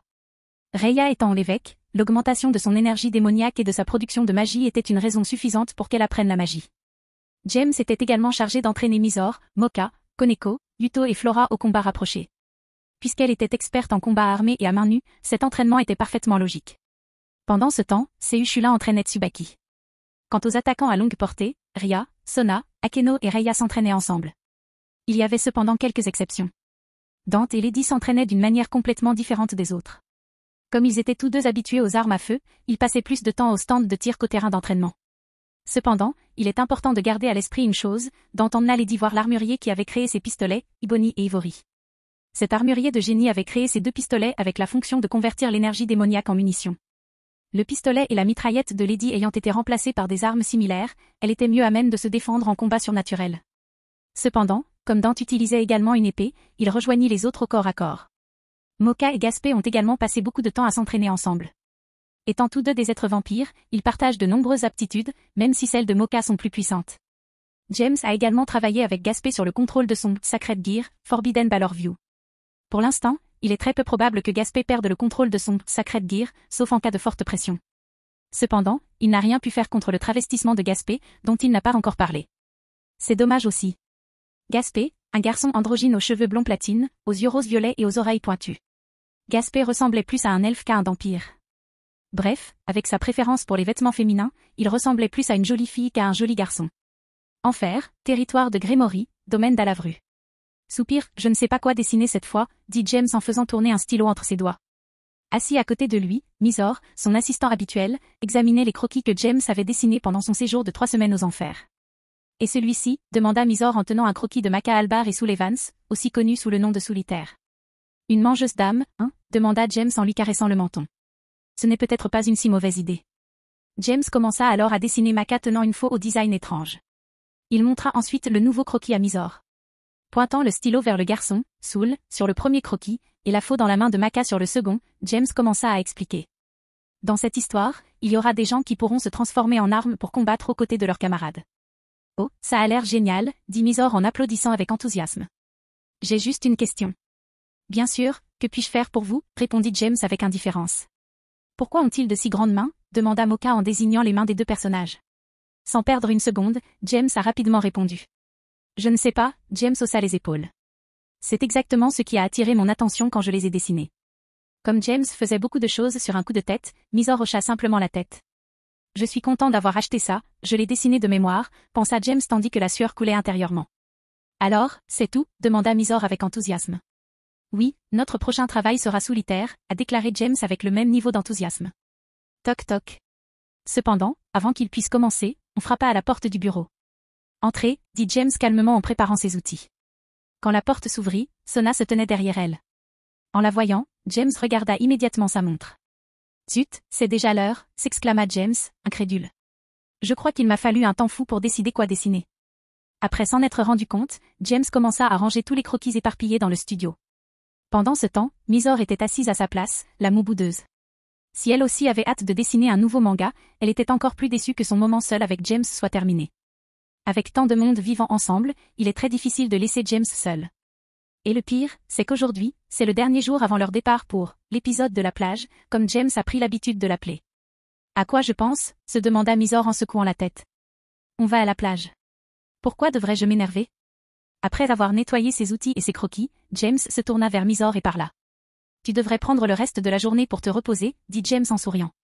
Tu ne veux pas t'épuiser pendant notre excursion à la plage, n'est-ce pas?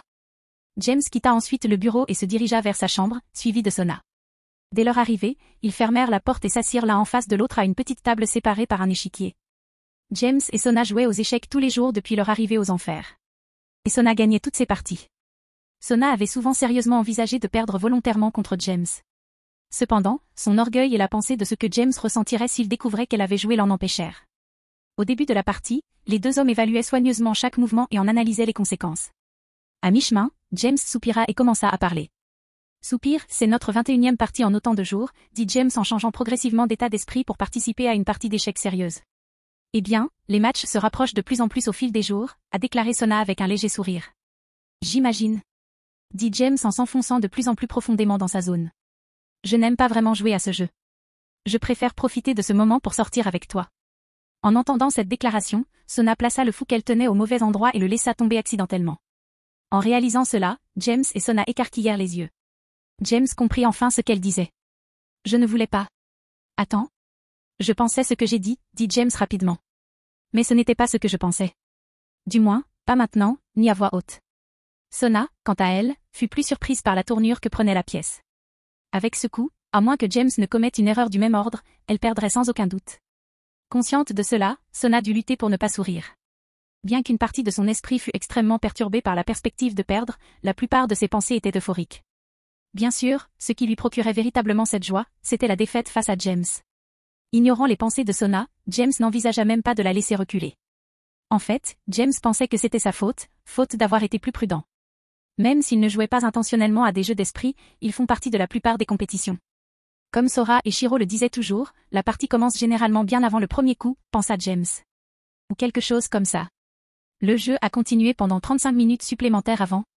Copain. Sur ce, James et Sona restèrent silencieux quelques instants. James fixait l'échiquier, incrédule. Sona était figée, tout comme James. Bien que ses yeux soient fixés sur l'échiquier, elle ne le voyait clairement pas. Son esprit était concentré sur une seule chose. Il a gagné. Il a vraiment gagné, pensa Sona en tremblant. Maintenant, on n'a plus besoin de jouer comme avant. On peut être un vrai couple. Kia. Après avoir finalement accepté l'issue du match, Sona poussa un cri assourdissant. Ce cri sortit James de sa rêverie. Avant qu'il puisse réagir, Sona se jeta par-dessus la table et projeta James au sol. Les larmes aux yeux, elle rit joyeusement, allongée sur la poitrine de James. Ah. Oui, hurla Sona, ravie. Voyant la réaction de Sona, James ne put s'empêcher de rire aussi. Si tu continues à crier et à hurler comme ça, quelqu'un va penser que nous sommes ici en train de faire autre chose que terminer une partie d'échecs, a déclaré James en plaisantant. Peu de temps après, cependant, Léona poussa violemment la porte et demanda. Mon bébé est-il vraiment adulte maintenant? Cria Léona assez fort pour que toute la maison l'entende. Peu après, Mizore, Seuchulin, Moka, Flora, Tsubaki, Reia et Kuno arrivèrent devant la chambre de James. Voyant Sona allongée sur James, le sourire aux lèvres, Mizore, Moka et Flora ressentirent une pointe de jalousie. Puis, elles remarquèrent toutes qu'elles étaient toutes les deux habillées. Après ce commentaire, elles lancèrent un regard désapprobateur à Léona. Sentant tous les regards, Léona partit d'un rire creux. Ah ah. Si tu avais entendu Sona crier, tu aurais pensé la même chose, dit Léona avec un sourire gêné. Ah ah ah. James éclata de rire. J'ai dit ça quelques secondes avant que maman n'entre. En entendant cela, Sona rougit jusqu'aux oreilles et enfouit son visage dans la poitrine de James. Cela, bien sûr, fit bouder encore plus certaines des autres filles. Alors, qu'est-ce qui t'a fait crier comme ça, Sona? Demanda finalement Léona, maintenant que son plaisir était terminé. Félicitations, Sonia, dit Tsubaki avant que Sona puisse répondre à la question de Léona. L'intervention de Tsubaki fit que tout le monde la regarda avec confusion. Voyant que son regard était fixé sur quelque chose, ils changèrent de direction pour apercevoir l'échiquier. Plus précisément, une partie avec le roi noir en échec et mat. Attends. D'habitude, tu joues les pièces noires, pas vrai, Sona? Demanda Flora, ne comprenant pas pourquoi Tsubaki félicitait Sona. Tu ne devrais pas féliciter James? C'est la première fois qu'il bat Sona, non? Avec la question de Flora, tout le monde a finalement compris ce qui s'était passé. Félicitations à vous deux, dit Léona en souriant. Je n'étais pas sûre que ça arriverait. Je sais que James n'est pas très fan des échecs. Je suis toujours confuse, dit Flora alors que personne ne répondait à sa question. En entendant les murmures de Flora, Tsubaki décida de répondre à la question de Flora. Pour vous expliquer, il y a 2 ans, Sona a eu un mariage arrangé auquel elle ne voulait pas participer, commença Tsubaki. Dans la société démoniaque, si l'une des parties impliquées dans un mariage arrangé s'y oppose, elle peut défier son fiancé à une forme de mariage. En cas de victoire, les fiançailles seront annulées. En cas de défaite, elle sera immédiatement contrainte au mariage. Lorsque Tsubaki fit une pause, Flora hocha la tête, montrant qu'elle comprenait l'explication jusqu'à présent. Sona, bien sûr, a défié son ex-fiancé aux échecs. Et, bien sûr, elle a gagné. Cependant, elle a commis une erreur dans le feu de l'action. Elle a déclaré qu'elle n'épouserait pas quelqu'un qui ne pourrait pas la battre aux échecs. Flora comprenait maintenant pourquoi les félicitations s'adressaient à Sona et non à James.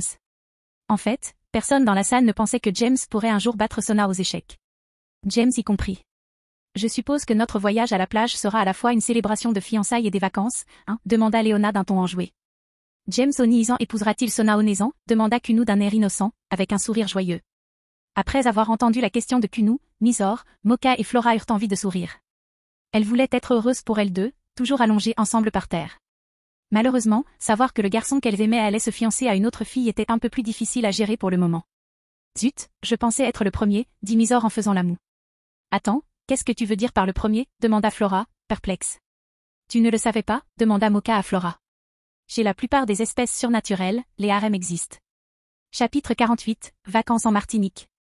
Monde humain, Martinique, village de Sainte-Anne, plage des Salinas. Au moment où les familles à Lavru, Grémory et Citry partirent pour la plage, le monde souterrain tout entier apprit que James à Lavru, un demi-démon, avait vaincu Sona Citry aux échecs. Inutile de préciser que de nombreux démons de sang pur étaient mécontents. Nombre d'enfants de Casa do Pilar ont déjà réclamé la séparation de James et Sona, bien qu'ils n'aient pas encore annoncé leur fiançailles. Avec de simples excuses, ces nobles enfants ne souhaitent rien de plus que d'exécuter James pour avoir déshonoré un noble. En réalité, ils sont jaloux qu'un demi-démon ait pu accomplir ce qu'ils ne pouvaient pas faire avec leur lignée supérieure, du moins c'est ce qu'ils aiment à croire. Pendant ce temps, Léona, Venlana, Rhea, Sorafal, James, Ria, Sona et leurs compagnons se trouvaient dans le hall d'un hôtel de villégiature en Martinique. Ils seront les seuls clients de cet hôtel pendant la semaine à venir. Comme cet hôtel appartient au groupe Grémory, réserver l'intégralité de l'établissement est un jeu d'enfant. Ça me semble être un gaspillage d'argent, dit James en se grattant la tête. Sérieusement, quelle perte le groupe Grémory subit-il pour cette petite semaine de vacances? Ce n'est pas quelque chose dont tu devrais t'inquiéter, James, dit Venlana avec un sourire. Ouais, ce qui devrait t'inquiéter, c'est jusqu'où iront les autres filles maintenant que tu es fiancée à Sona, dit Rhea en riant, la main couvrant sa bouche. Pas du tout, s'exclama Sorafal avant de serrer Sona fort dans ses bras. Je ne laisserai personne prendre mon sautant s'il n'est pas plus fort que Sir Zek-chan. Avec un visage triste, James demanda, est-ce que ça veut dire que tu ne m'aimes plus, Soratan? Sorafal se figea. Elle était totalement incapable de répondre à la question de James. Profitant de l'interruption de son traitement, James lui prit Sona des mains et la serra dans ses bras. Ce geste fit rougir Sona encore plus que lorsque Sorafal l'avait serré dans ses bras. Ria, Akeno, Misor, Moka et Flora les fixèrent également du regard. Finalement, le cerveau de Sorafal se réactiva. Non, Jekun. Bien sûr que tu me plais, s'écria Sorafal, paniqué. Je te préfère encore plus après ce temps, hein. Sorafal réalisa enfin qu'il manquait quelque chose. En regardant autour d'elle, elle remarqua enfin que James serrait Sona dans ses bras. James, quant à lui, la regardait avec un grand sourire. Le pire dans toute cette situation était que Sona ne luttait pas pour échapper à James. C'était exactement le contraire de sa réaction lorsque Sorafal la serra dans ses bras. Le choc que Sorafal reçut en voyant cette image fut plus grand qu'elle ne l'avait prévu. La tête penchée et paraissant encore plus petite que d'habitude, Sorafal se dirigea en tremblant vers un coin. Une fois arrivée, elle s'accroupit et commença à dessiner des cercles avec son doigt. Voyant sa sœur aînée dans cet état, Sona regarda James. Son regard exprimait clairement son désir de faire quelque chose pour que Sorafal se sente mieux. Souhaitant répondre aux attentes de Sona, James marqua une pause pour réfléchir. Lorsqu'il trouva une solution, ses yeux s'illuminèrent. Puis, au lieu de serrer Sona dans ses bras comme auparavant, il ouvrit un bras et parla. « Bonjour, Soratan », dit James si fort que Sorafal ne put s'empêcher de tourner la tête dans sa direction. Quand elle leva les yeux, Sorafal vit James avec un bras autour de la taille de Sona et l'autre ouvert de manière accueillante. « Je crois que tu ne vois pas les choses sous cet angle, Soratan », dit James avec un grand sourire.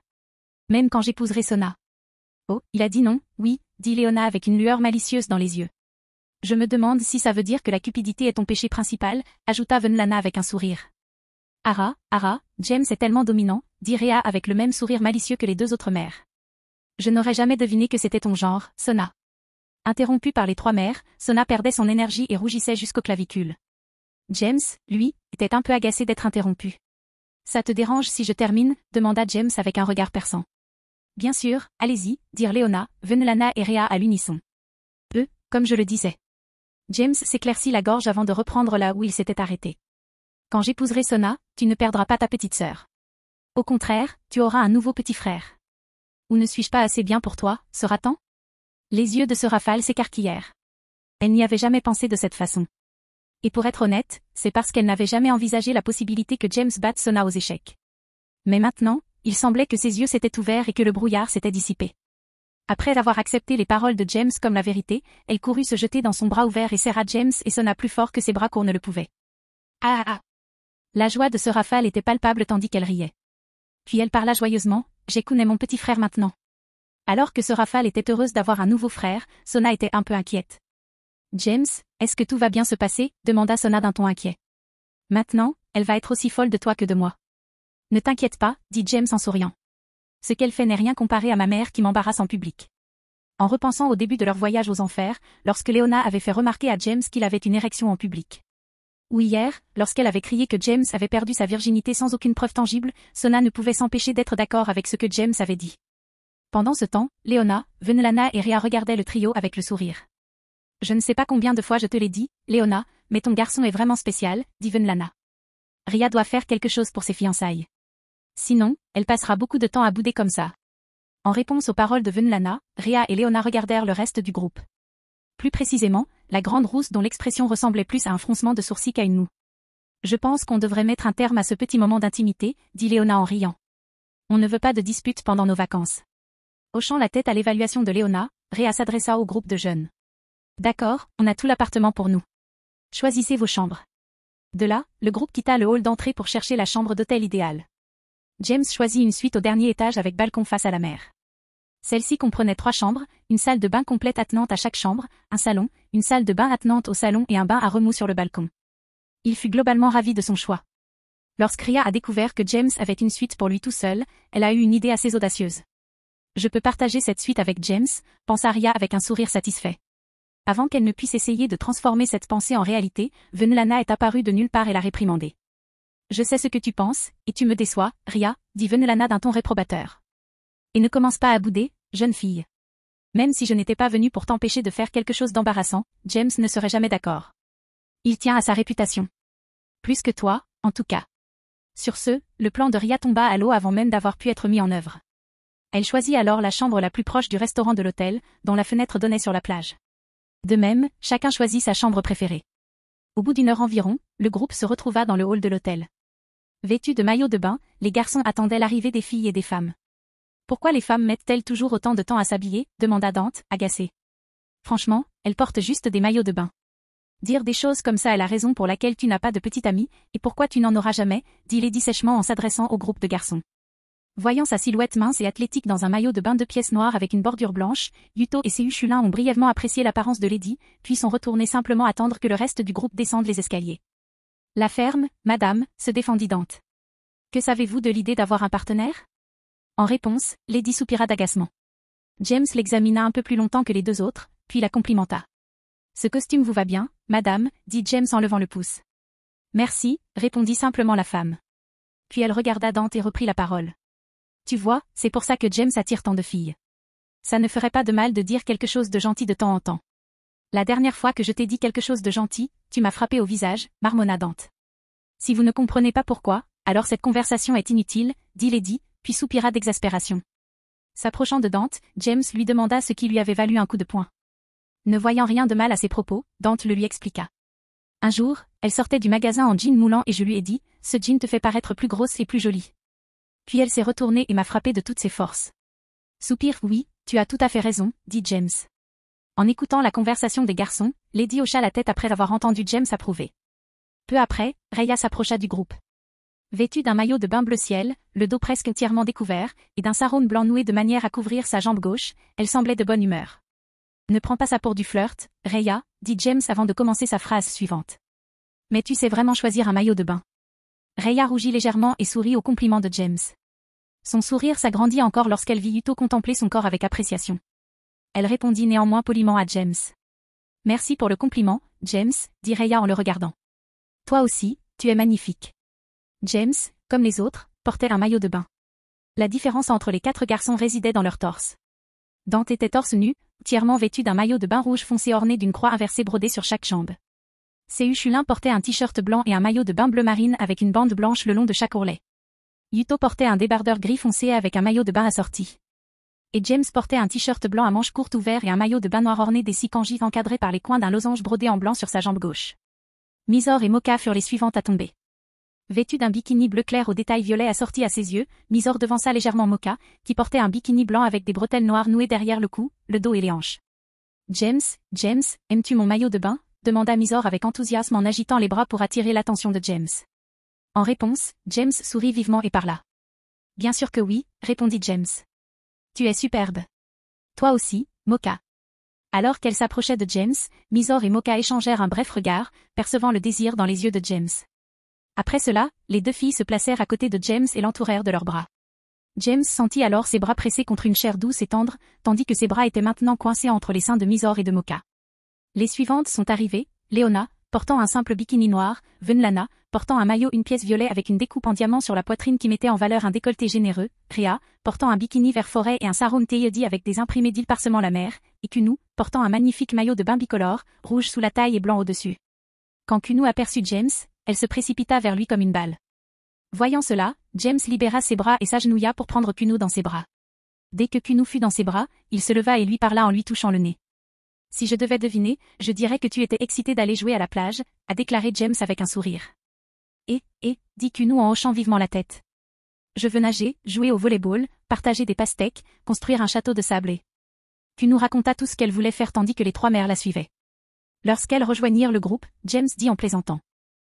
« À qui sont ses sœurs aînées ?» demanda James en cherchant un autre groupe de clients, sachant pertinemment que l'hôtel leur était réservé. « Et puis, vous me semblez toutes les trois. » En riant, Leona tapota le bras de James. « Ça suffit, James. Mais être appelé jeune, c'est bien. »« Oui, c'est vraiment le cas, » dit Venlana avec un sourire. « D'accord, » dit Rhea en hochant la tête. Alors que le groupe discutait et attendait les 7 derniers membres, Sehuchulin tourna soudain la tête. Tandis que tout le monde suivait son regard, ils aperçurent Sona, Sorafal et Tsubaki s'approcher. Plus précisément, Sona, vêtue d'un bikini noir aux accents bleu clair et ornée d'un insigne citri sur le bonnet gauche de son bras sorti, était poursuivie par Sorafal, vêtue d'un maillot de bain rose à volants aux accents blancs, qui ressemblait plus à un uniforme de Magical Girl qu'à un maillot de bain, et qui portait un maillot de bain bleu clair assorti. Pendant ce temps, Tsubaki, vêtue d'un bikini jaune aux accents noirs, les suivait tranquillement. « Allez, Tantan !» cria Sorafal en poursuivant sa petite sœur. « On serait à égalité. »« Grande sœur, je n'utiliserai absolument pas ça !» cria Sona en s'enfuyant de Sorafal. « James, aide-moi, s'il te plaît. Et maman, arrête de rire et fais en sorte que ta fille aînée arrête. Ah, puisque tu es assez grande pour trouver un fiancé, tu es maintenant assez grande pour t'occuper seule de ta sœur. » Rhea rigola. « Je te déteste, maman !» s'écria étrangement Sona. Pendant ce temps, James tenait Sorafal dans ses bras et lui murmurait à l'oreille. Tandis que James parlait, les yeux de Sorafal s'illuminèrent et son sourire s'élargit. Lorsque Sona réalisa que Sorafal ne la poursuivait plus, elle se retourna et eut cette vision. Malheureusement, cela ne la rassura pas. Au contraire, un frisson la parcourut. Elle ne pouvait qu'imaginer les pensées douloureuses que James transmettait à Sorafal avec un sourire. Au même moment, Sehuchulin balbutia des compliments à une Tsubaki rougissante pour son choix de maillot de bain. Derrière eux, Koneko, vêtue d'un simple maillot de bain bleu marine, traînait Gaspé, qui portait une jupe de maillot de bain pour femme rose et blanche, derrière elle. « Allez, essoufflée !» dit Koneko, entraînant Gaspé derrière elle pour rejoindre le groupe. « Tu veux arriver plus tard que Rhea ?»« Non, mais c'est embarrassant, » a répondu Gaspé en essayant de se couvrir avec son bras libre. « C'est un garçon, n'est-ce pas ?» fut la pensée du reste des enfants lorsqu'ils virent Gaspé. Dès que Koneko s'est approchée avec Gaspé à la remorque, elle s'est arrêtée devant James, qui a commencé à lui caresser la tête peu de temps après. « Salut, Kitty. Tu es magnifique dans ce maillot de bain, » dit James avec un sourire, ce qui fit légèrement rougir Koneko. Il tourna ensuite son attention vers Gaspé. « Tu es un garçon. Alors pourquoi portes-tu un maillot de bain de femme ?» Tous les garçons hochèrent la tête lorsqu'ils entendirent la question de James. « Parce que c'est mignon », répondit Gaspé avec un sourire. Alors que les femmes hochaient la tête à la réponse de Gaspé, James décida qu'il laisserait tomber. 10 minutes plus tard, Rhea et Akeno rejoignirent enfin le groupe. Akeno, vêtue d'un bikini blanc aux accents violets, cria sur Rhea, qui portait un bikini blanc similaire aux accents rouges cramoisis au lieu de violet, tout en marchant lentement, sans prêter attention aux plaintes d'Akeno. « Je n'arrive pas à croire que tu aies mis autant de temps à choisir un maillot de bain, » dit Akeno d'un ton nerveux. « On ne reste qu'une semaine, alors pourquoi as-tu apporté 25 maillots de bain ?»« Pour que je puisse faire de mon mieux, quelle que soit la situation, » dit Rhea fièrement en repoussant ses cheveux en arrière. Alors qu'il se rapprochait, Rhea cessa de prêter attention à Akeno et parla à James. « Alors, comment je vais ?» demanda Rhea en prenant la pause. « Tu es superbe, » dit James en souriant avant de s'approcher d'Akeno et de lui prendre la main. Il la retourna et reprit, « Akeno, tu es superbe dans cette tenue. » Rhea fut d'abord ravie d'entendre les compliments de James. Alors qu'il la dépassait pour se diriger vers Akeno, son humeur s'effondra rapidement. Avant qu'elle ne puisse s'énerver, ce qui était compréhensible cette fois, Venlana la serra dans ses bras par derrière. « Rhea, ma chérie, nous avons eu cette conversation il y a moins d'une heure, » dit doucement Venlana. « Tu dois rompre tes fiançailles avec le Phénix avant que James ne te témoigne l'affection que tu désires. » Rhea serra les dents, la détermination illuminant ses yeux. Malheureusement, elle ne remarqua pas la lueur dans les yeux de Venlana, James et Akeno. Que James accorde plus d'attention à Akeno car Ria était une petite manœuvre de Venlana pour motiver Ria. À en juger par son expression, le plan semblait fonctionner. Le seul hic, c'est qu'Akeno devrait gérer la jalousie de Ria pendant un certain temps. Applaudir. Tout en applaudissant pour attirer l'attention de tout le monde, James regarda Venlana avec un sourire. Il ne lâchera jamais prise, n'est-ce pas, pensa Venlana avec un sourire ironique. Une fois qu'il eut l'attention de tout le monde, James éleva la voix. Très bien, maintenant que tout le monde est là, amusons-nous. Chapitre 49, l'épisode de la plage. Monde humain, Martinique, village de Sainte-Anne, plage des Salinas. À quelques pas de la sortie arrière de l'hôtel, on accédait à une magnifique plage de sable blanc et fin, baignée de douces vagues. Plus loin, l'océan bleu scintillait au soleil. Dans ce décor pittoresque, à la Vru, Grémory, Citri et un adorable petit renard allaient s'amuser comme des fous. Sur le terrain de beach volley, 2 paires de filles disputaient une partie intense sous le regard de 2 autres. L'une d'elles, une petite fille à la poitrine généreuse et aux tresses, encourageait l'une des autres. À gauche du terrain, plus près des vagues, un groupe de 3 femmes marchaient pieds nus, clapotant à leurs pieds. À droite du terrain de volley, 2 filles, non, une fille et un garçon travestis commençaient à construire un château de sable. Dans l'eau, 3 adolescents nageaient ou, plus exactement, couraient. Plus à gauche du terrain, 3 adolescents marchaient sur la plage en ramassant des coquillages. Dans la rangée du terrain, sous un parasol, une fille se détendait en lisant un livre, tandis qu'une jeune femme aux oreilles et aux 9 queues de renard buvait un verre de jus en observant la dernière personne sur la plage. Pendant ce temps, James, le dernier, installait parasol et chaises pendant que tout le monde s'amusait. Après avoir installé 4 autres parasols et placé 2 chaises sous 3 d'entre eux, James déposa des serviettes de plage sous le parasol central. À ce moment-là, Kuno termina son jus et s'apprêtait à courir aider Koneko et Gaspé à construire leur château de sable. « Arrête-toi, petit renard », dit James tandis qu'elle se mettait à courir. « As-tu mis de la crème solaire ? Sinon, viens ici, je t'aiderai à en mettre. » À contre-cœur, Kuno s'approcha de James. Assis à côté de lui, il ne put s'empêcher de contempler les gens qui s'amusaient sur la plage. « Si cela ne vous dérange pas que votre peau devienne rouge et vous démange, allez-y, » dit James avec un sourire. Kuno secoua la tête avec frénésie. Rien que l'idée d'attraper un coup de soleil la faisait attendre docilement. Tandis que James appliquait la crème solaire sur la peau exposée de Kuno, en veillant à bien l'étaler, Rhea posa son livre et sourit. « James, tu seras un bon père un jour, » dit Rhea avec un sourire sincère. « Ah !» James rit doucement, hésitant un instant. Puis il répondit en rassemblant ses pensées. « Seul l'avenir nous le dira. J'espère juste pouvoir être un aussi bon père pour toi que le mien l'a été pour moi. » Voyant à quel point James tenait à être un bon père, Rhea rougit légèrement en pensant à son avenir avec ses enfants. Elle rougit encore plus en voyant Yuto incarner le père déguisé. Certain de comprendre ce que Rhea imaginait, James s'apprêtait à parler. Cependant, Kuno arriva avant lui. « James Onizan, quand tu épouseras Sona Onezan, auras-tu un fils ?» demanda Kuno d'un ton innocent. « Ah ah !» James éclata de rire. « Probablement, mais pas avant d'être plus grand.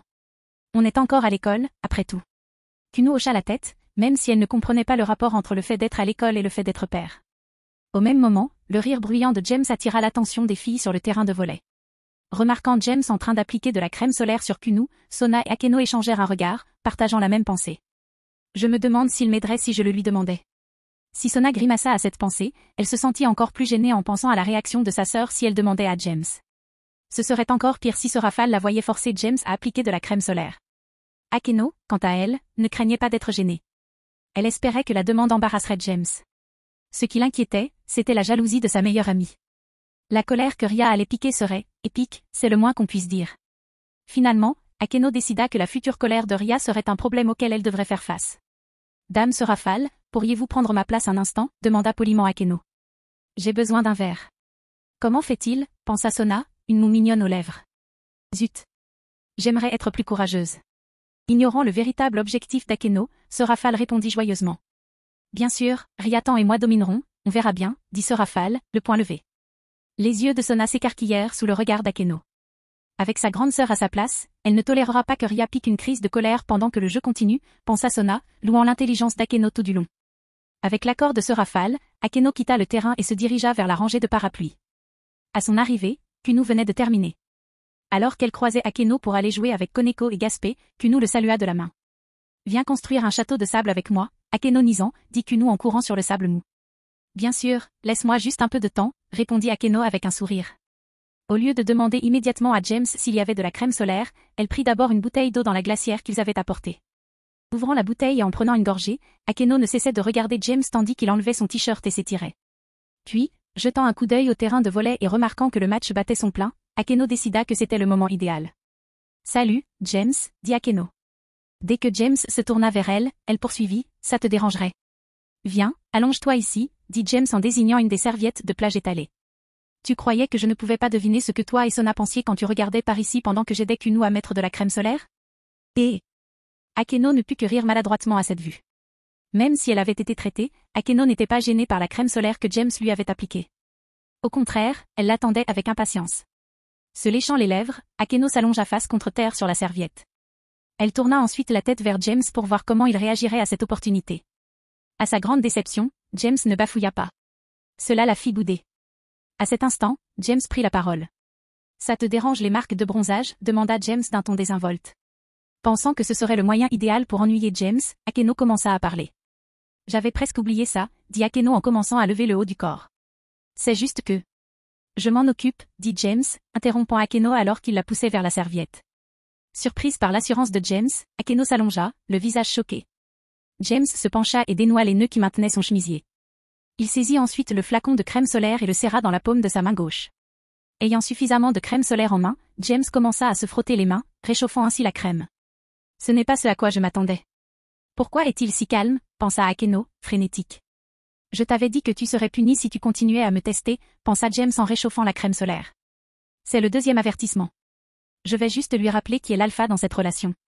James posa ensuite ses mains sur le haut du dos d'Akeno, puis les fit glisser de ses épaules vers le bas de son dos. Après avoir appliqué la majeure partie de la crème solaire sur son dos, il commença à la faire pénétrer. D'une pression ferme de la paume et des pouces, James appliqua la crème sur sa peau. Avec le reste de ses doigts, il caressa délicatement la peau douce d'Akeno pour répartir uniformément la crème sur son dos, tout en effleurant de temps en temps ses seins. Mon Dieu, qu'est-ce qu'il me fait? Pensa Akeno en ressentant du plaisir au mouvement de James. Un gémissement étouffé sortit de la bouche d'Akeno. Heureusement, elle réussit à garder le silence, empêchant son gémissement d'atteindre les autres personnes sur la plage. Malheureusement, une personne à proximité pouvait encore l'entendre distinctement. Et cette personne, Rhea, était assise, raide, le visage aussi rouge que les cheveux de Rhea. De plus, elle ne pouvait détacher son regard. Alors que James passait lentement ses mains sur le dos d'Akeno, sa respiration devenait difficile et ses gémissements devenaient de moins en moins étouffés. MMH. H. Oh mon Dieu. C'est incroyable, pensa Akeno en essayant de contenir ses gémissements. Mais c'est aussi terrible. Je suis mouillée. Vraiment mouillée. Si ça continue, mon costume va être taché.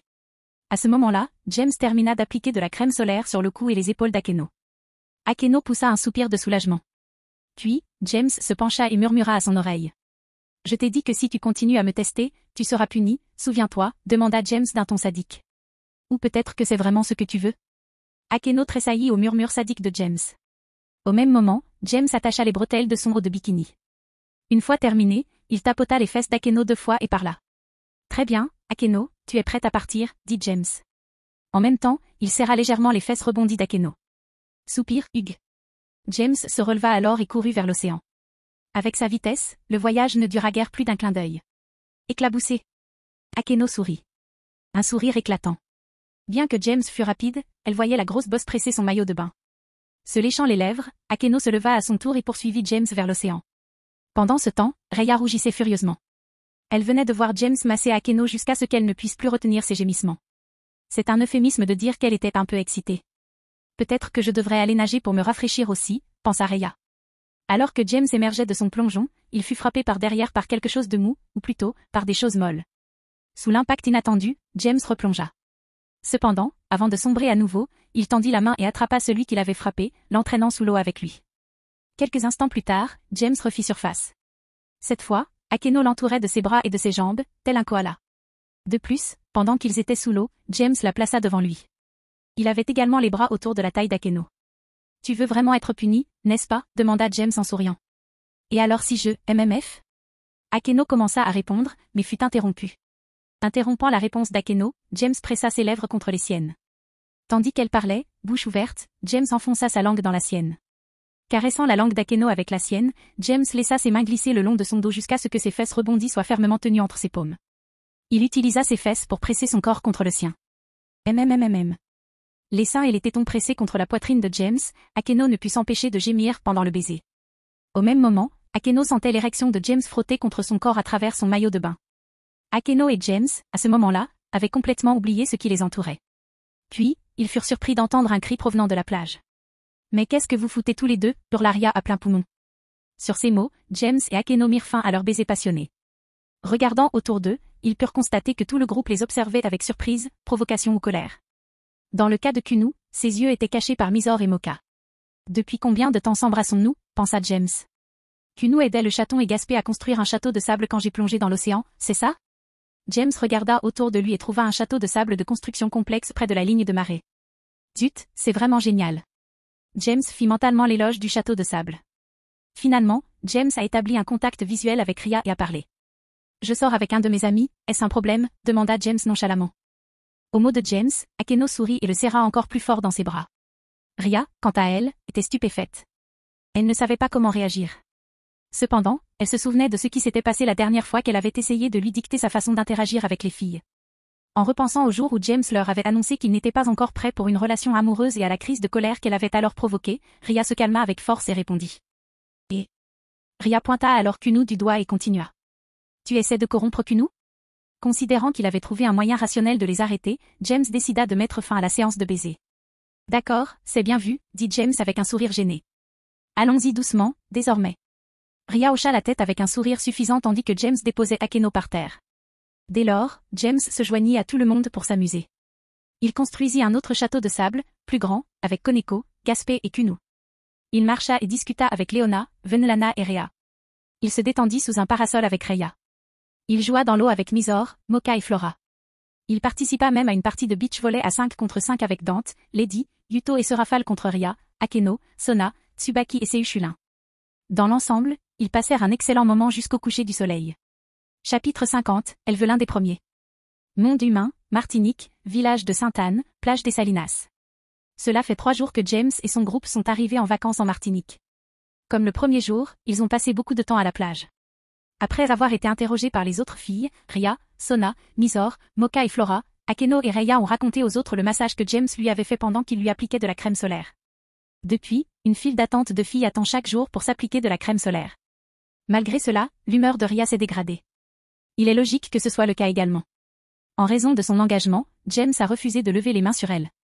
Bien que Rhea apprécie sa considération, c'est une torture de voir les autres filles se rapprocher de plus en plus de James au fil du temps. Après la parade des massages, la situation s'est globalement calmée. Il n'y a toujours pas eu de séance de pilotage en public. Cependant, il est à noter que Tsubaki a commencé à demander à Seichulin de l'aider à se mettre de la crème solaire. Par ailleurs, James a fait une démonstration de ce qu'il est possible de faire en poussant au maximum son contrôle sur l'énergie démoniaque. Avec l'aide de Sona, James a montré comment surfer sans planche. Sona a agité l'eau pour créer de grosses vagues tandis que James se tenait à la surface.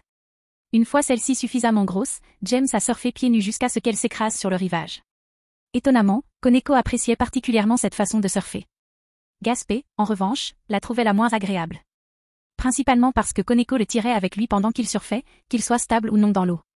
Après une agréable journée à la plage, qui s'est terminée au coucher du soleil, le groupe se retrouvait au restaurant de l'hôtel. Avec 5 chefs de renommée mondiale, la sélection et les saveurs de la cuisine proposée étaient spectaculaires. Avec un choix de plats chinois, français, italiens, japonais ou salvadoriens, il y en avait pour tous les goûts. Après le dîner, Kunu était généralement épuisé. Cela incitait tout le monde à regagner sa chambre ou à jouer à quelques jeux dans la salle de jeux de l'hôtel. Normalement, on prévoyait de sortir après le dîner pour tirer un feu d'artifice. Cependant, personne ne pouvait le faire avant la présence de l'adorable petit renard. Ce soir-là, Kunu était encore pleine d'énergie après le dîner. Excitée, elle prit James et Leona par la main pour installer le feu d'artifice. Voyant cela, le reste du groupe l'imita. Après 1 heure de tir, Kunu finit par être à bout de force, ce qui poussa tout le monde à rentrer. Ce soir-là, James décida de retourner dans sa chambre. Pendant 2 heures, il dessina des pages de solitaire. Il donnerait à Mizore des instructions sur ce qu'il voulait qu'elle en fasse plus tard. S'étirant après avoir terminé la dernière page qu'il prévoyait de dessiner ce soir, James posa ses outils de dessin. Juste à ce moment-là, la sonnette de sa suite retentit. Sonnerie, sonnerie. Pourquoi quelqu'un serait-il là si tard, se demanda James en se dirigeant vers la porte. Attendez 1 minute. Dès que James atteignit la porte, il l'ouvrit en regardant par le judas. Ce qu'il vit était, rien. Il n'y avait personne. Pensant que c'était Kunu, la seule trop petite pour être vue à travers le judas, James ouvrit la porte en baissant les yeux. Cependant, il n'y avait toujours personne. Avant qu'il puisse réagir davantage, une ombre apparut à sa droite et le tira à l'intérieur. Dès son retour, la silhouette apparut, cependant, il ne la vit que de dos, tandis qu'elle fermait et verrouillait la porte. Avec de longs cheveux noirs qui lui arrivaient aux mollets avec 2 mèches dépassant du haut de sa tête et recourbées vers l'arrière, sans parler du fait qu'elle était la plus voluptueuse de toutes les adolescentes du voyage, James a rapidement identifié son intrus. « Akeno, qu'est-ce que tu fais ?» demanda James avec enthousiasme. James n'était pas assez stupide pour se méprendre sur les implications de l'irruption d'une fille dans la chambre d'un garçon si tard dans la nuit. En réponse, Akeno se retourna avec un sourire séducteur. Alors qu'elle s'éloignait de la porte, James put voir sa tenue. Akeno portait une nuisette blanche transparente en dentelle et une culotte violette.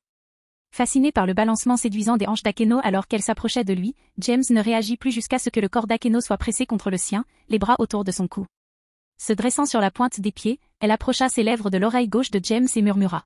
« Je suis ici pour continuer ce que nous avons commencé ce jour-là dans l'océan. » Fin de la vidéo, abonnez-vous à la chaîne pour nous encourager, merci beaucoup.